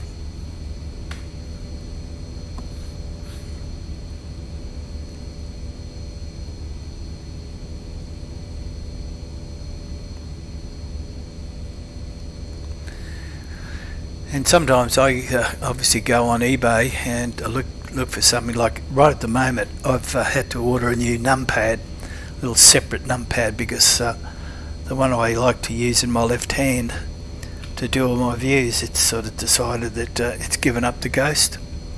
So I looked online yesterday for eBay, and I don't know why, but the only thing that came up straight up was Chinese stuff, and I thought, what the hell's going on here? Why are they pushing the China suppliers rather than what I can get locally? And you know, on the left hand side of eBay you can flick what country that you're that you want the stuff to be available in. Even though I pushed Australia, it's still stuck on China, so I had to sort of get out of that program altogether and restart it, and it sort of fixed itself. But Trouble is, yeah, you can buy some of this stuff cheaper in China, and they'll send it out to you. But from China to Australia, commuting up to a month, because they don't send it here, or DHL or whoever. It usually goes by sea. You got to wait a long time. So if you look for the same product locally, you might pay a bit more, because they obviously pay the import, and they pay the freight to get it there. But at least you know it's just a couple of days away.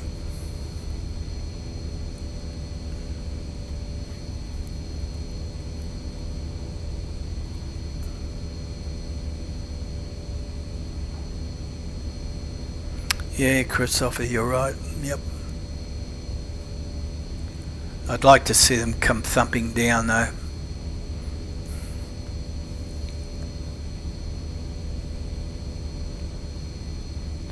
Well, there's a guy on YouTube, I forget his name, but he lived in China for a long time. He ended up getting out of the country. He was there for quite a while. He was teaching English, and he got a real insight on the whole of China. He and his mate used to travel around on scooters or bikes, motorbikes, looking at everything, and looking where a lot of the faults were. And he came out with a video the other day where he says that the leader, the great exalted leader, Xi Jinping, he's trying to switch the country back to the old communist days of Mao Zedong. I'm old enough to remember what it was like back in those days, where Mao was running the show, and all these sheep were running around with the little red book in their hand, and they were dishing out terrible treatment to people. And when Mao died, and I forget the name of the guy who came in after him, he looked around and decided this can't go on. The treatment and the country was not getting anywhere. Nobody was working. They weren't producing everything, so he changed course, direction, and became, well, funnily enough, it's almost like a capitalistic economy. But now I believe Aussie wants to go back to the old days, and already he started coming down hard on the entertainment industry. A lot of the well-known film stars and entertainers in China are disappearing, and he's talking about, let's have nothing to do with the West, let's just get back to our Chinese culture and things like that. And this particular guy who's telling the story says it's going to end up in the same disaster that happened under Mao. So, and God knows if this guy there now wants to start trouble, and he openly comes out and says that the US is his enemy, and that he's got, what is it, 90% of the population believing that the US started the coronavirus. So you go figure.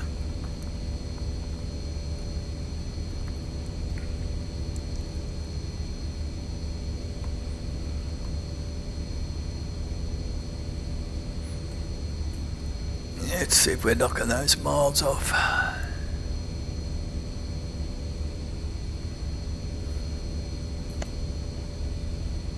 164. We're getting there.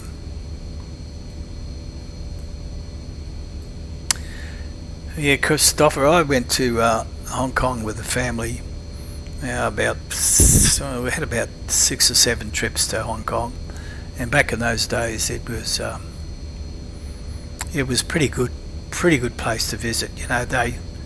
They didn't have control of Hong Kong or the territories, so all the people living in Hong Kong, had a pretty much freedom to do whatever they want. The only thing that I found out later about it is a lot of the citizens of Hong Kong didn't have passports. There were a lot who did, and those who did mainly had British passports, so they were able to leave Hong Kong and visit. But the actual citizens of Hong Kong themselves didn't have passports, and that all went back to the days when when the communists were taking over mainland China, and you had all these hundreds of thousands of people fleeing from China across the border into the new territories, which was under the control of the British those days. And because they were like basically refugees, they were stateless, so they were never ever given passports while they were living in Hong Kong. And as I said, only those people with British passports could travel overseas. So they developed, that's why Hong Kong was developed into a great spot if you wanted to do some shopping. And eventually though, when Hong Kong was ceded over back to the Chinese, all those stateless people then became Chinese citizens with Chinese passports. Shaq, g'day, thanks for dropping in, mate. Just beetling along in our old Mad Dog, heading down to Sri Lanka. Once we used to call it Ceylon, but it's Sri Lanka. Colombo's the town or the city, and Bandaranaike Airport is where we're heading. And the IACO code for that is Victor Charlie Bravo India.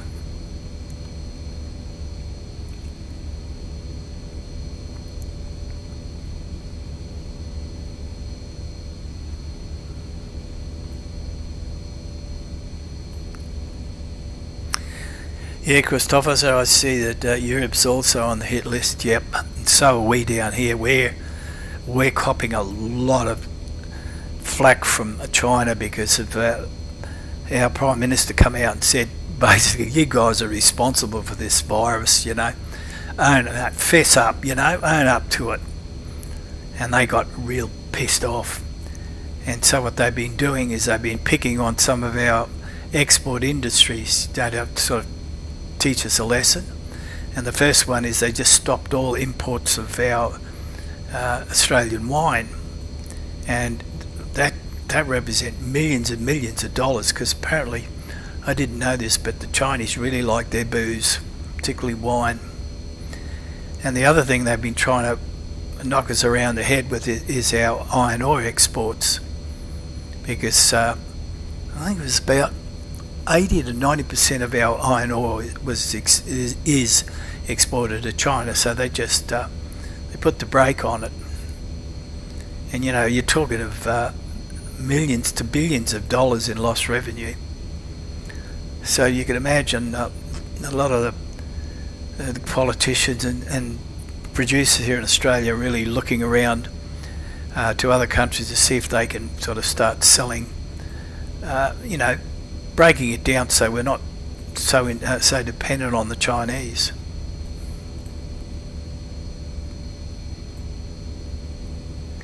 But they keep threatening us every other day, and they one of these idiots over there even said, yeah, we're ready to drop nukes on you. So yeah, they're a dangerous bunch.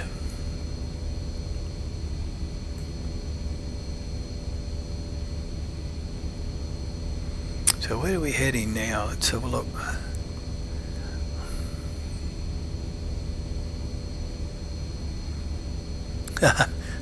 Shaq, I am old, mate, I can tell you now. I won't give you the exact age, but I quite easily could be your great-grandfather. Yeah, some people might get a shock if I tell them what the age was. Unfortunately, while the body has been falling apart slowly and surely, the brain is still pretty good.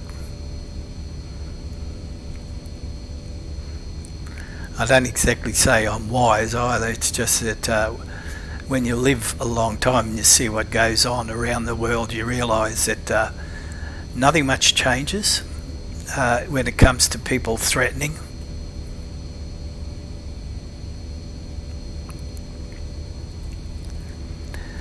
You know, I can still remember Vietnam, all the Vietnam business. In fact, I nearly got called up. I was lucky I was 1 year too old. So I remember all of that bullshit, And I remember all of the Cold War and what used to go on and how everybody was having a great time. The 60s and 70s were brilliant times. But, always in the back of their mind was, the Cold War. Any old second, things could go belly up, and the countries would start throwing bloody nuclear weapons around. And you know what the funny thing about it all was? When the Berlin Wall fell and Russia fell, well, not Russia, the USSR, everybody thought it was going to be hunky-dory from there on. But no, didn't turn out that way.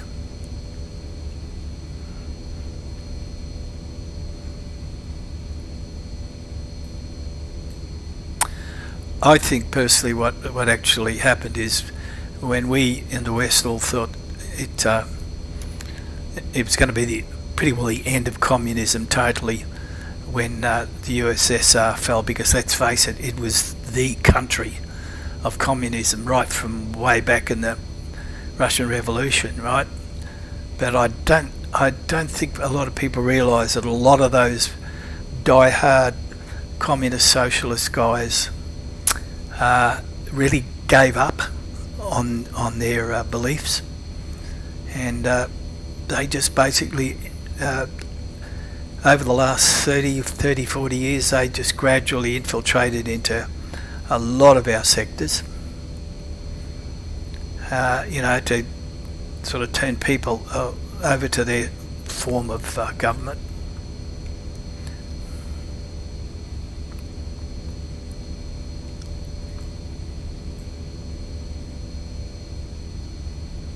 And then, of course, when China started going almost capitalistic, look at the money that's in China. It's not what you'd expect of a communist regime. They were just dead set against, rich people, the bourgeoisie. What is it, the bourgeoisie they talk about? And here they are going full belt, to become rich. And let's face it, a lot of those guys in China, the richest, some of them amongst the richest in the world, it just didn't fit.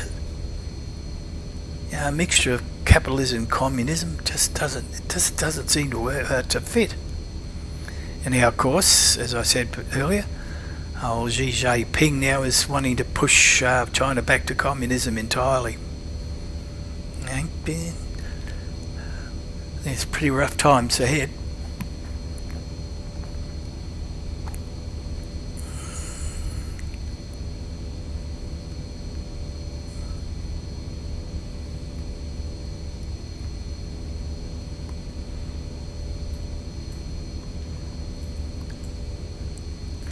And I've been to America, the US, how many times?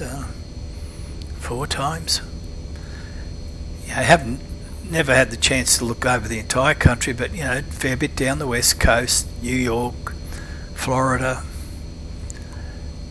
And back then when I went, things were pretty good, but geez, I tell you what, guys, I wouldn't want to go over there now at the moment.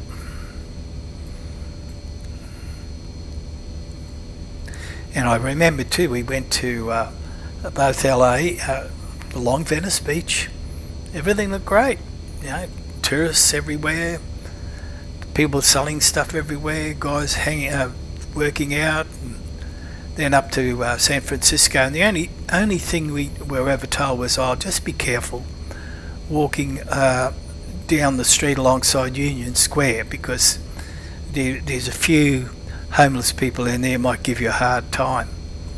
But that was the only warning we ever got when we were over there. Now, when you read up about all the homelessness in a lot of these big cities, it's hard for us to believe as Aussies, as tourists. It's really hard.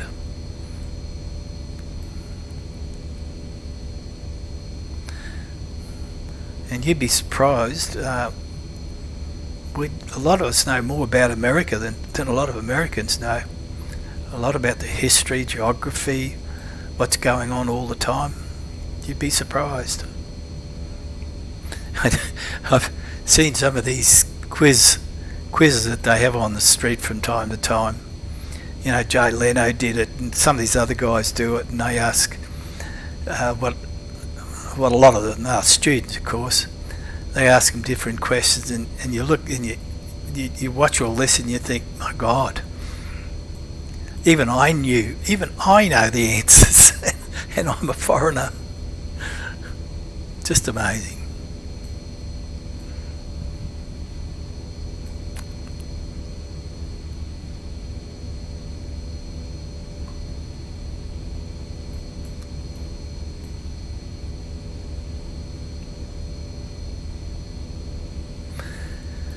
Now we're knocking the miles off, guys. Let's have a look. 78, that's good. It's been a long flight.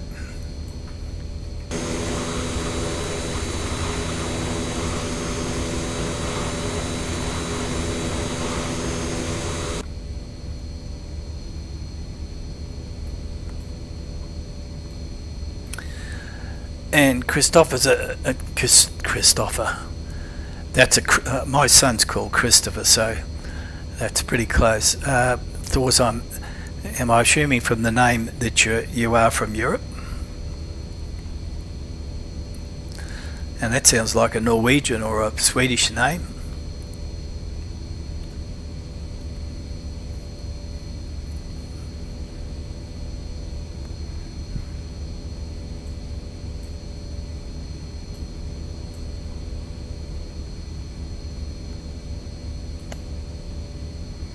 $164. We'll straighten things up a bit here.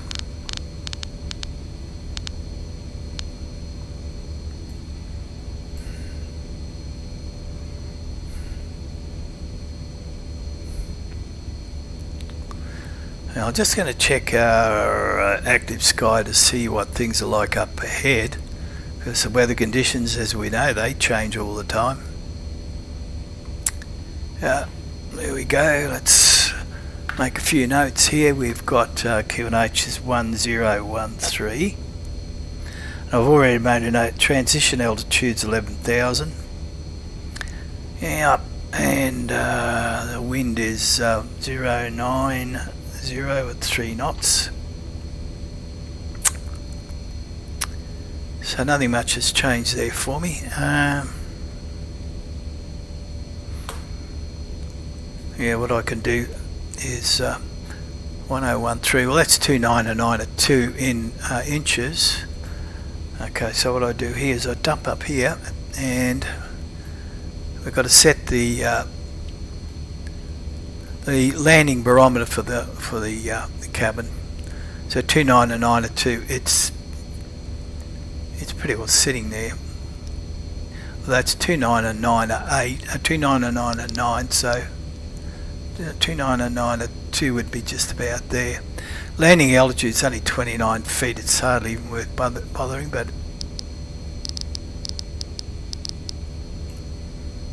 yeah, that's 100 feet. Yeah, you can see what I mean. It may as well stay down there. So we've set that.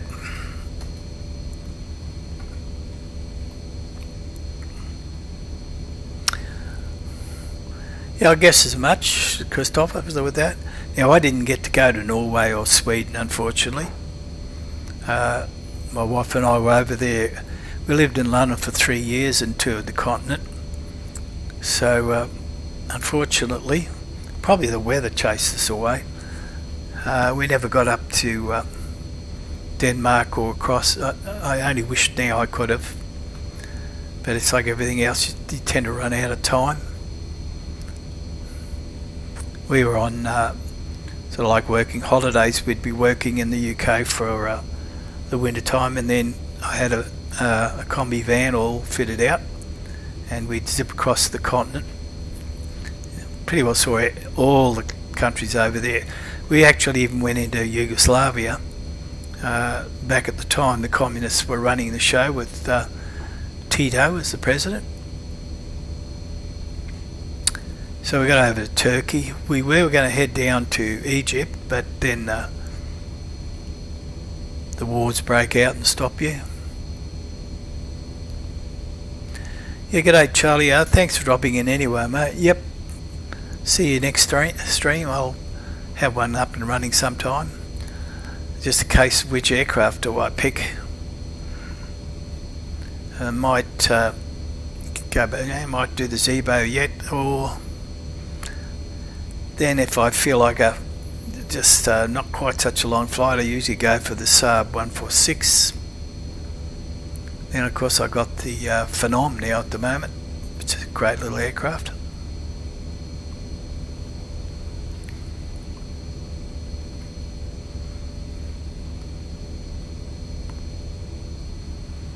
So where are we now? Well, yeah, we're getting real close.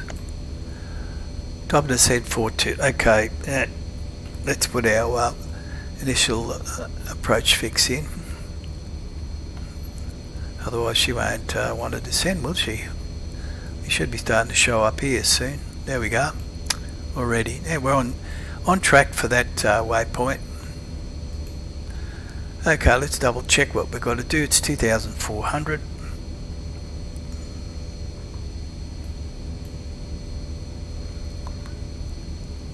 It's funny how this gets a speckledy look. Maybe something to do with the light on it. I don't think it's because there's all dirt all over it.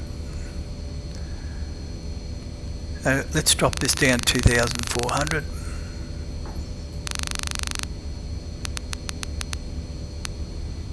There we go.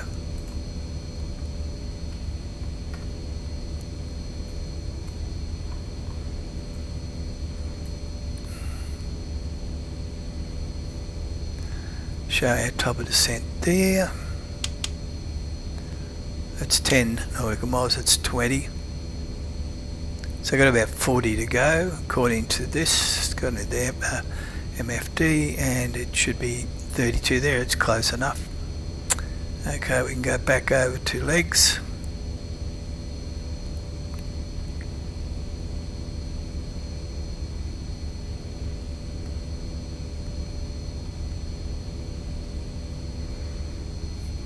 Yeah, quite surprising how long that flight's been. What's it? It's about an hour 11 already. Or was it 2 hours? I think it's 2 hours.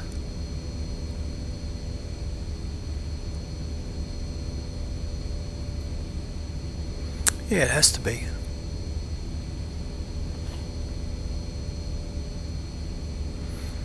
Yeah, we're going 2 hours 20. It's probably going to stretch out to a bit over 2.5 hours, providing I don't have to do any missed approaches.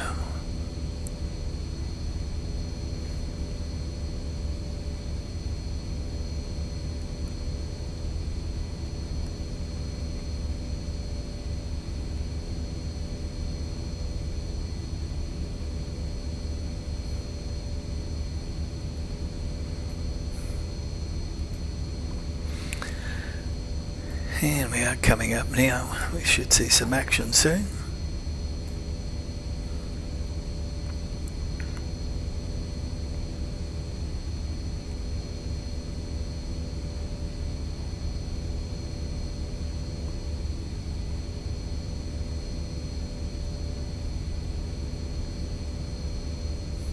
I should have been able to enter in my V1 there, but the VREFs there before. I don't know what didn't work.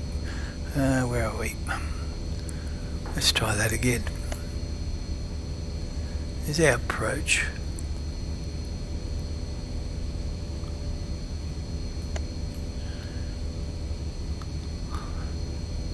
Ah.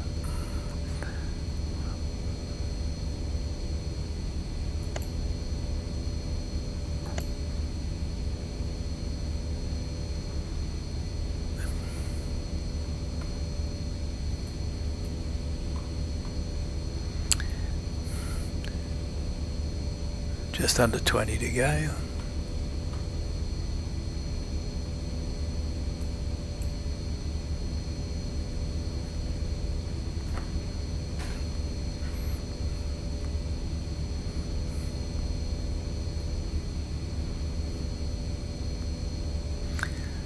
We could actually do an indicated airspeed descent too if we wanted to, but I'm lazy.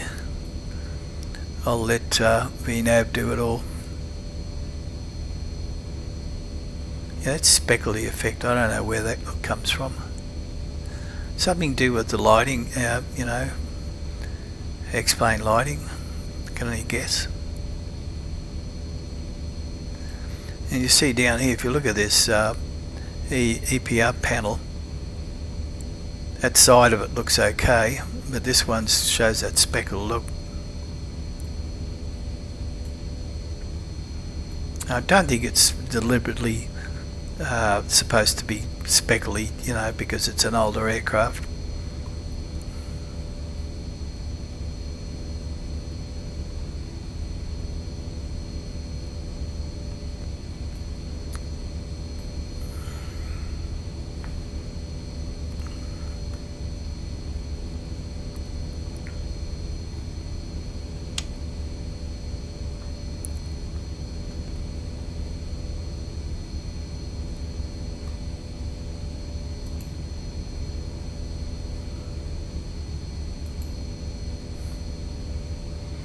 Any minute now.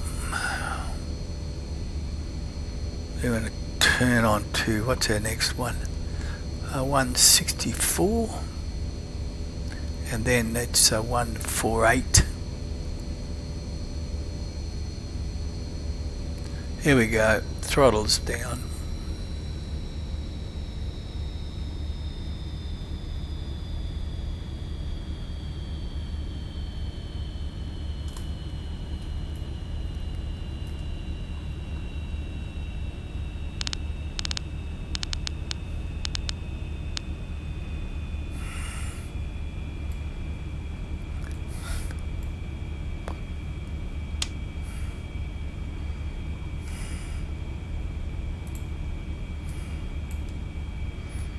It should show us pretty well on course here, shouldn't it?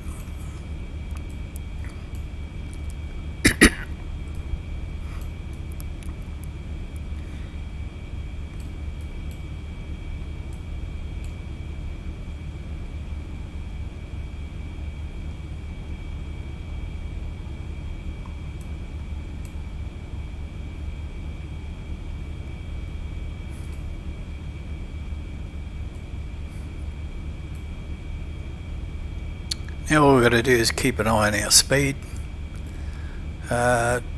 It's suggesting we should be 257, which is, we've been maintaining 257 for a while, which it says it looks like it wants to keep that speed going until we get down to this waypoint.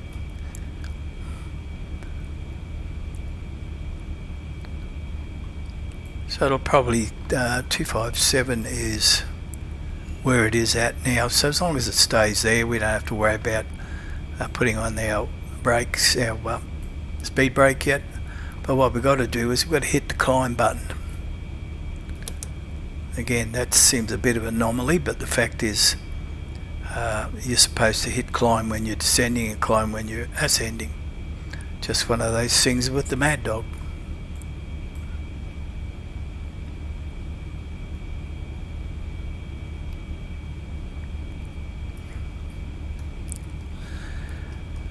Alright, what we do is got to slip down here and put our transponder direction to below. We've set our cabin pressure, so we may as well tell our guys to sit down.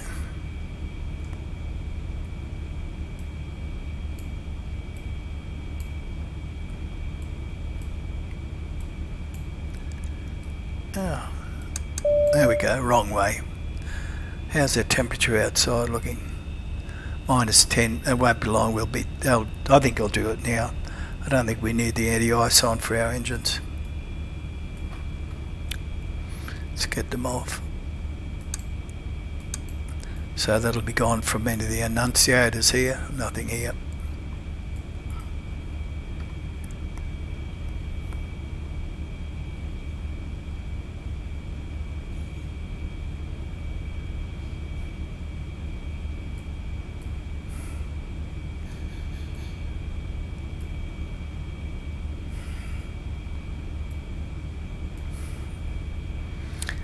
Next waypoint, our next two waypoints, we've got Bravo India 473. And Bravo into 473 is 164. Heading, yep.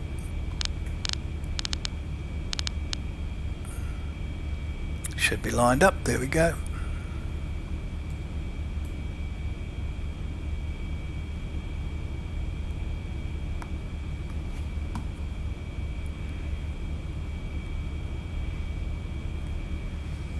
Coming down nicely. Already dropped nearly 10,000.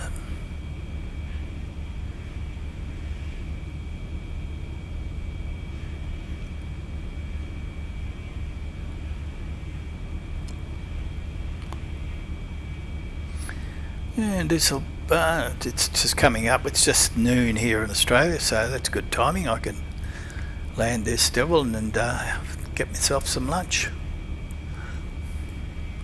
And in the States, just looking, East Coast is coming up, well, just past 10 p.m.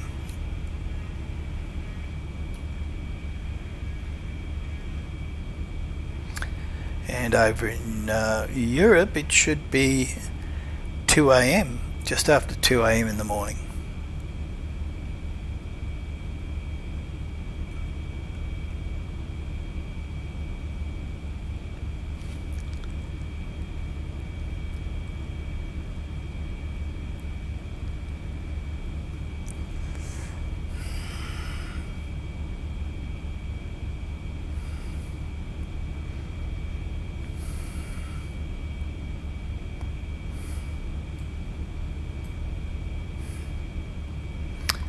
Just let her come down, very nice. She's sticking with the speed, all right.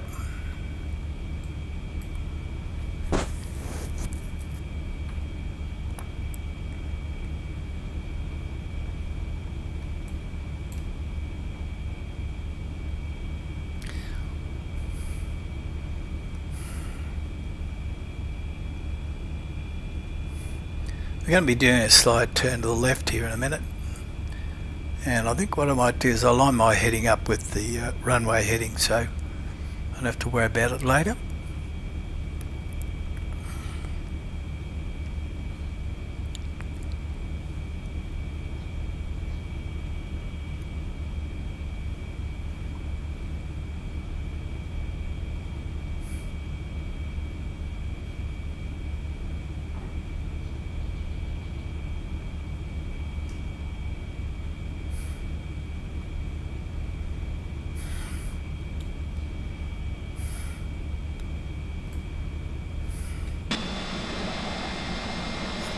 There's the coast of Sri Lanka.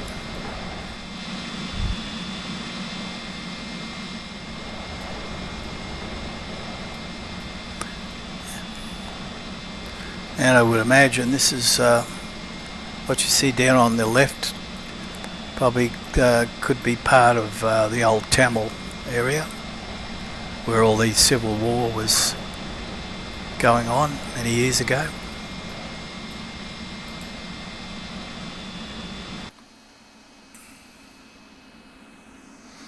I think they call it, is it Tamil Nadu? That's not a bad view, is it?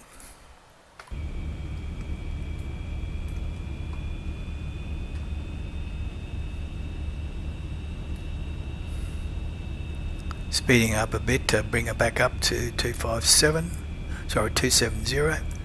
Won't be long now before we have to drop it back to 40. I'll set the heading on the landing course, which is 220. Just in case we've got to do a missed approach.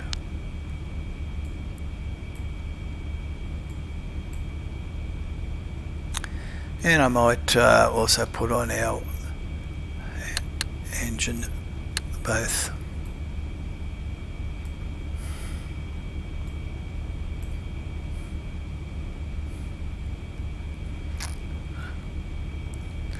And our green bananas telling us where we should be at 2,400, but I think it's a bit too early. I don't think that's right. could be. Just looking at the approach there's one of the waypoints, what's it called? Icona should be above 2,500. They'll have it on here. 2,500 or above, and we need to be down to 230 knots.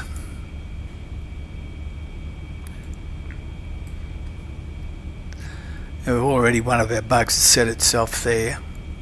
That's that'll be for the 230.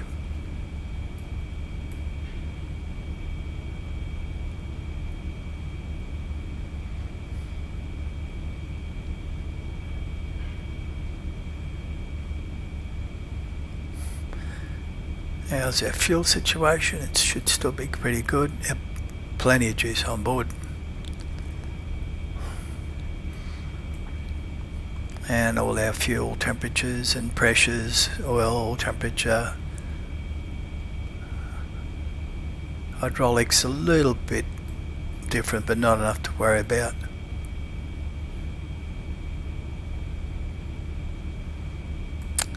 Okay, coming up 11,000. All I want you to do now is slow down.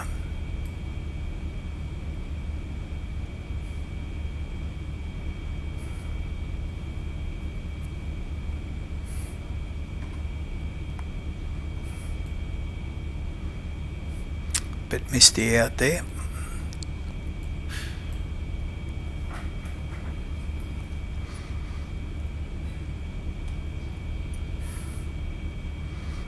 Yeah, we can't botch this landing, can we, guys?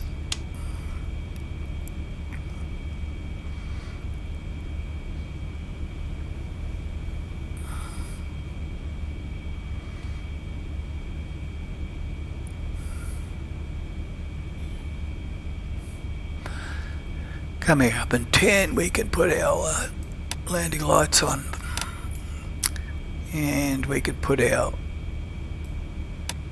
nose light on as well to bright.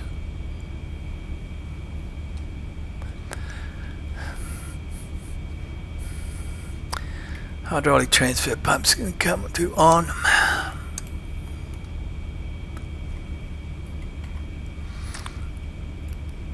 Let's watch that speed. Need to be at 240 soon.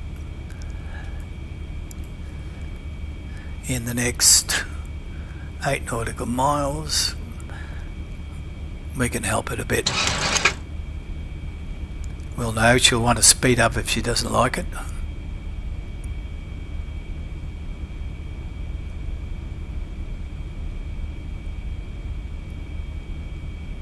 Speed's coming down. Yep, she doesn't like me doing anything further than that. Here we go, come back.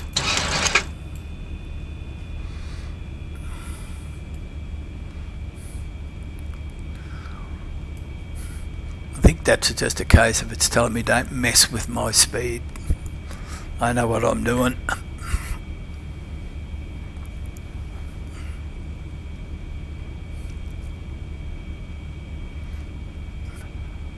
11,000 transition, but we're already at 1013, so we don't need to change that. Speed sitting at 250. That's okay, we'll get away with that.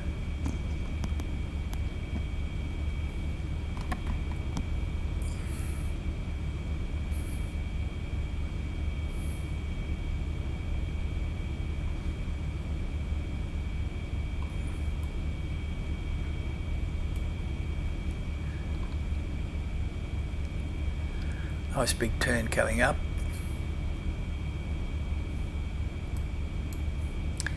And things should start to happen fairly quickly now in the next 15 nautical miles. We should see our speed come right down, 230.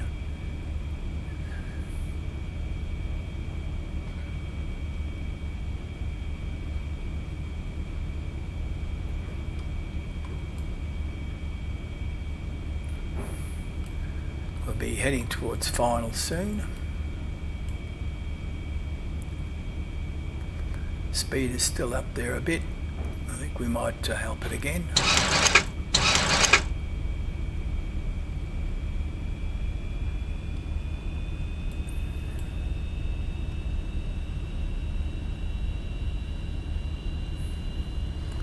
Yeah, okay, that's all right. We'll take it back. I'll arm that in a minute. We're down to 230, that's good. And we'll flick down here very quickly so we can get set our auto brakes to 2 to medium. We can't arm them though with that switch until such times as our flaps are down to what we're down to 2.8. Just one of those little quirks of this aircraft.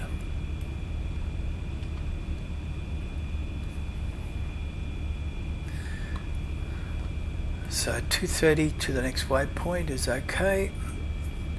And it looks like to Charlie 122, or is that Charlie I, Charlie India, I'm not sure, 122 and 230. So after that we can take control. We can start to manage our speeds ourselves, which I like to do.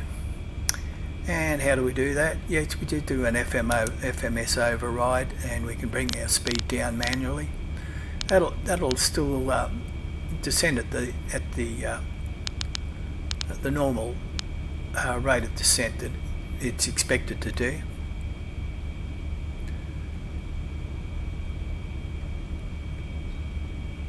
Already we're starting to pick up the ILS and the VORs here. Localizer.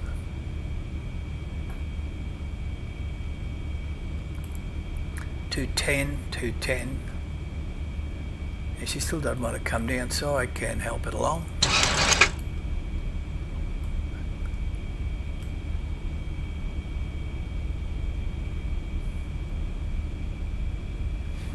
And we take our first load of flaps.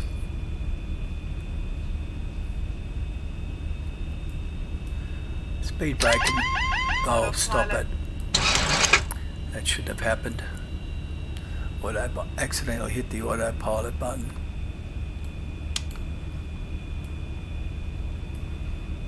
I've done that before. I'm just going to arm the speed brakes now because I don't think we're going to need them anymore. And we're not supposed to drop the use the speed brake once we've got our first set of flaps. Bring the speed down now. We're coming right down to 185.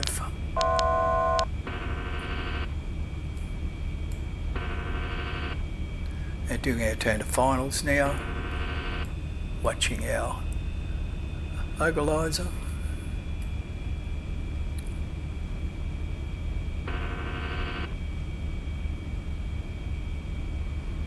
She's bringing us down to 2.4.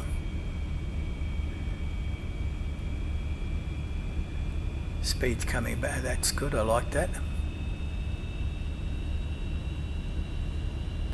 Now we should see the ILS start to come down. We'll hit our V-lock, our ball lock. That should bring us back. We're on flap 11, we can come down, flap 15, and we'll probably get the message to drop the gear.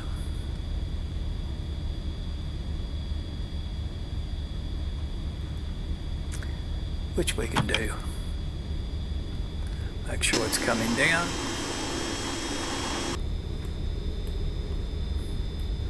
Watch our ILS, let's hope we capture it. Speed 185, speed can come down to 175. We're on flap 15. No, what are we on flap 11? We'll go flap 15.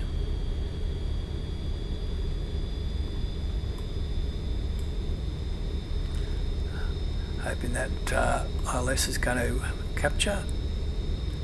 We haven't activated it yet. It's coming down now. So let's hit ILS.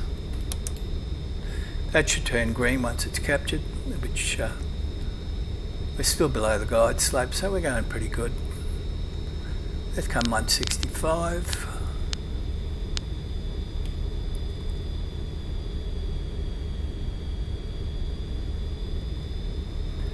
That should turn green. There we are, got the glide slope. Good. Good. And our speed comes down to VREF, which would make that about 140. I'm going to make that 144. And what we can do now is we can check our flaps and bring them all the way down to flap 28. And once we've done that, like that, we can then arm the auto brakes.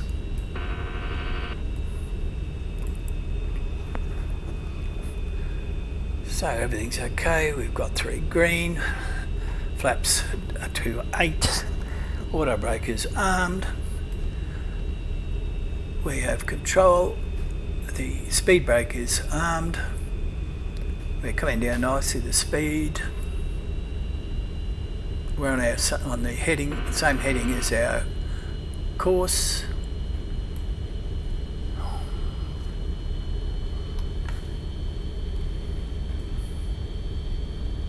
Just sit up a bit here so we can see what we're doing.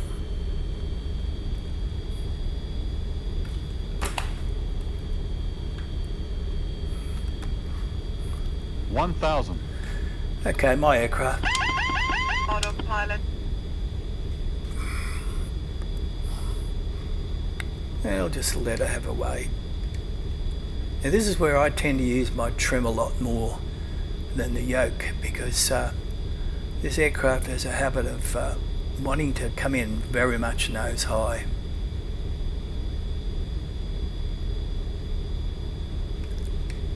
Approaching 2-2. Well, I hope so, lady. Otherwise I'm in trouble. Yeah, getting a little bit of a push sideways there. Oh, we'll bring it back. 500. Check. 400. Wonder if you'll call the minimums out. 300. No, he didn't.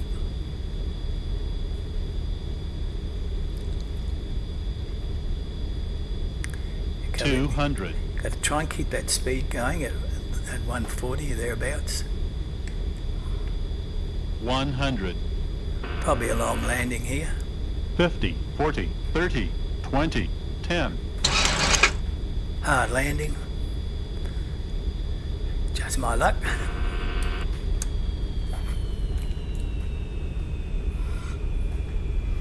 Thought that was going to be better, but it wasn't.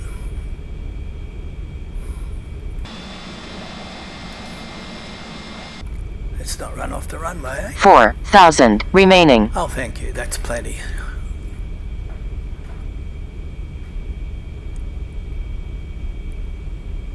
Didn't quite make that turn off, but that's okay. Okay, good. We're down. Flaps up.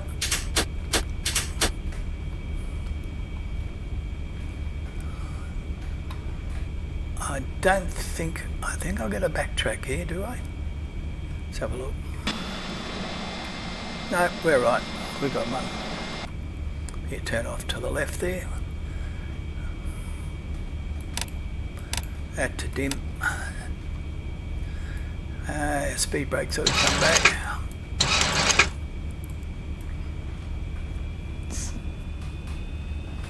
Hello, Fly Guy. You caught me and was back as Arto. How are you? Alright guys, come on. Let's move. Don't hold me up now. That can come to off. I still got my reverses up. Now it should work. Good idea to put them back, isn't it? 100 remaining. I don't need that. 100, thank you very much. That was a hard landing. I thought it was going to be a bit better, but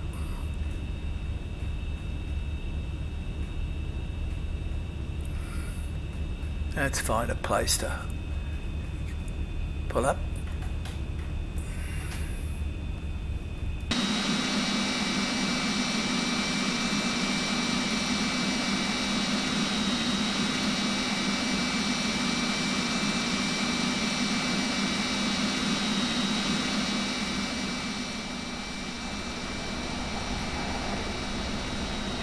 don't know what the gate situation is like here. I'm assuming it's further down.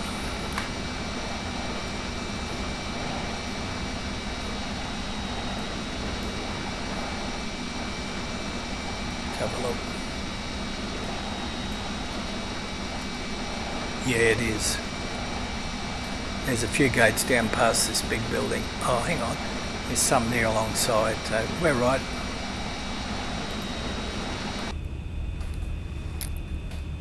Not quite sure whether Auto Gate or Samwork here, but we'll find out. Yeah, we should get our APU up and running. Can I go in here? No, I've got to go a bit further, I think.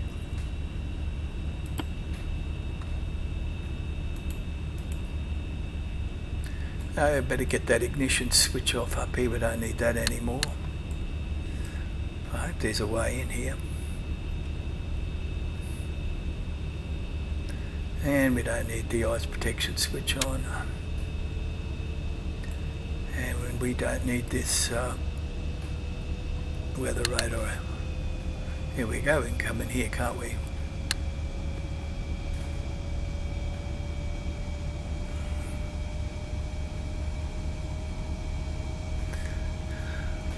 That's a case of take your pick.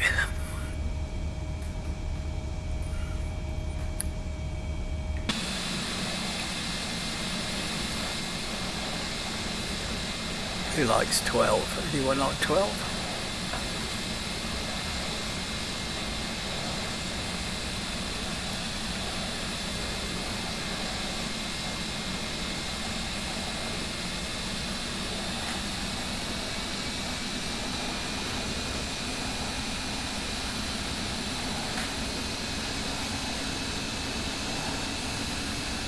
Sometimes I feel like she's watching going uphill.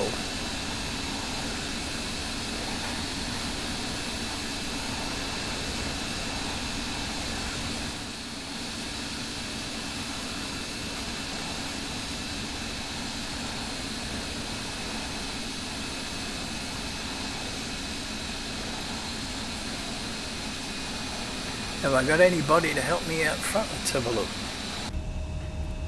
No. Oops.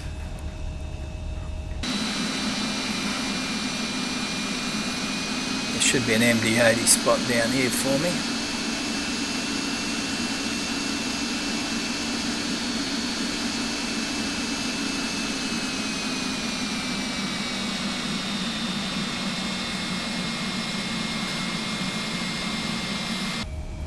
That guy's just standing around. That marshal wasn't going to help me. Okay, handbrake. Okay, we can turn a few things off while we're here before we go and have a look at our replay.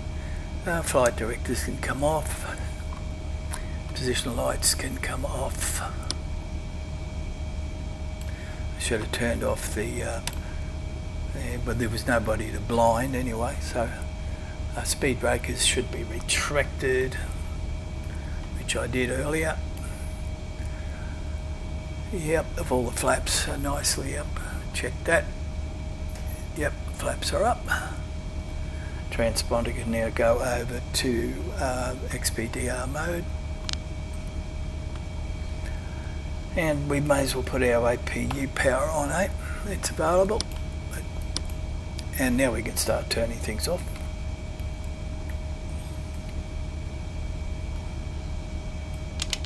Engine's off.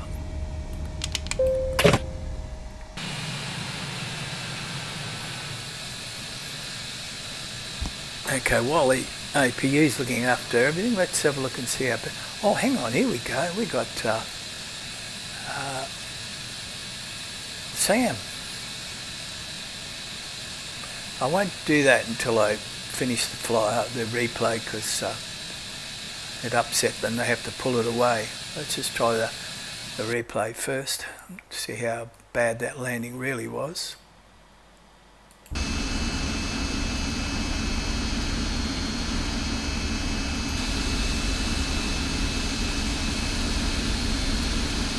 Code Cutter 67, g'day. Thanks for joining the stream.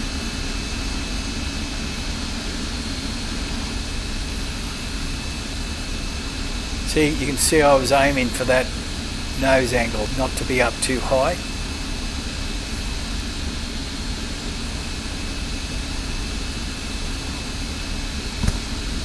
So that's just pretty good the way I got it, but looks like I'd probably let it come down too fast.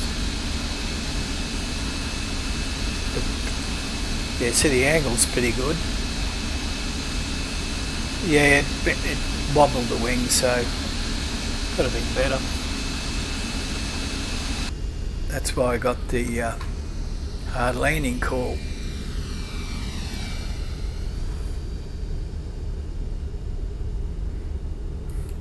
Well, the weather went bad there, didn't it?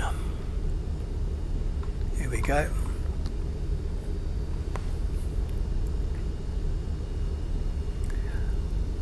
Did you see the landing there though, Shako? A little bit hard. Could have been better.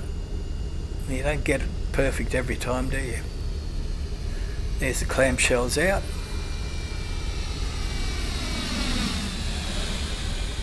Still a beautiful looking aircraft, I reckon. Okay, let's take that back a bit.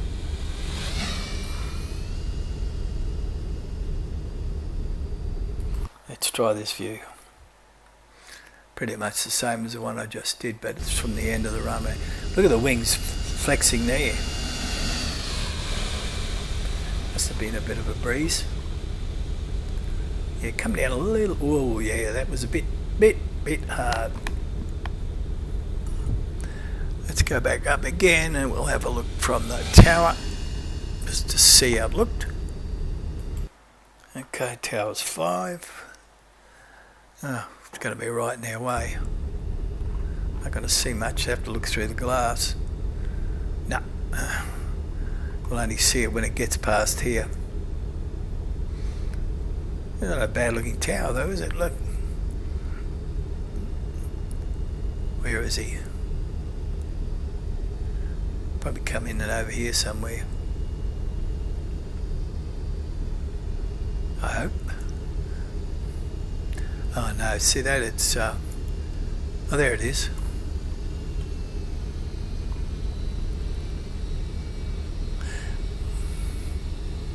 Yeah, Chuck, you had a long flight. I don't know how you'd do it. I couldn't do it.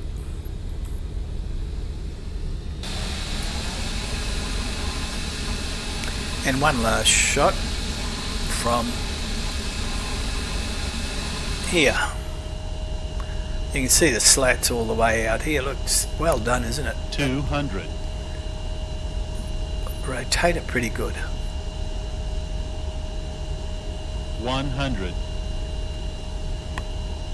50, There you'll see the 40, wing flex as 30, I hit. 20, Came down 10. a bit. Whoa. Well, you can't butter them all the time. Should see the clamshells pop out the back here. There they go.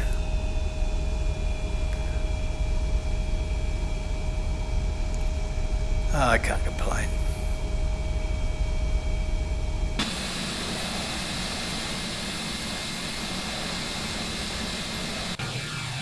And there we are. That was a long flight. I'm just trying to look, see how long it took. I think it was about nearly 2.5 hours easily. Not as long as yours, Shaq, but still long enough. I just checked with OBS. I think it puts it there. Yeah, that was 2 hours. That's 3-hour flight. Oh well, that's not too bad. Now I can pull this fellow over. Let's see if it works.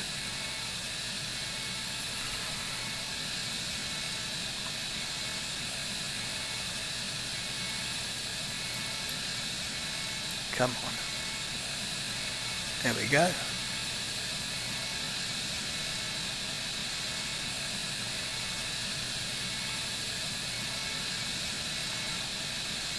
Forward door can open. You can just see it opening there. And I suppose if we wanted to, we could have all the cargo doors open. Who knows, we could even drop the other back stairs. How about that? What they call the JB Cooper exit.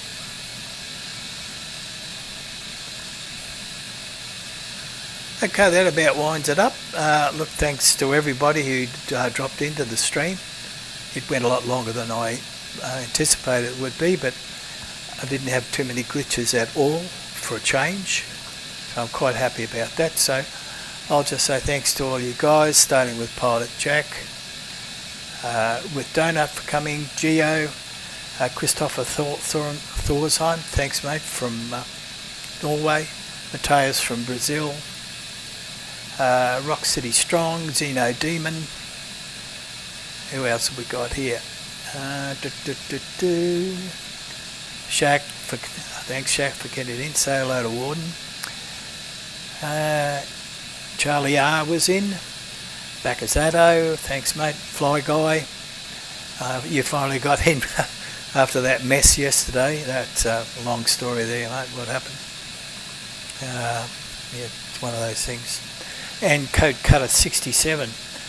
So thanks again guys for dropping in. Until the next stream, take care and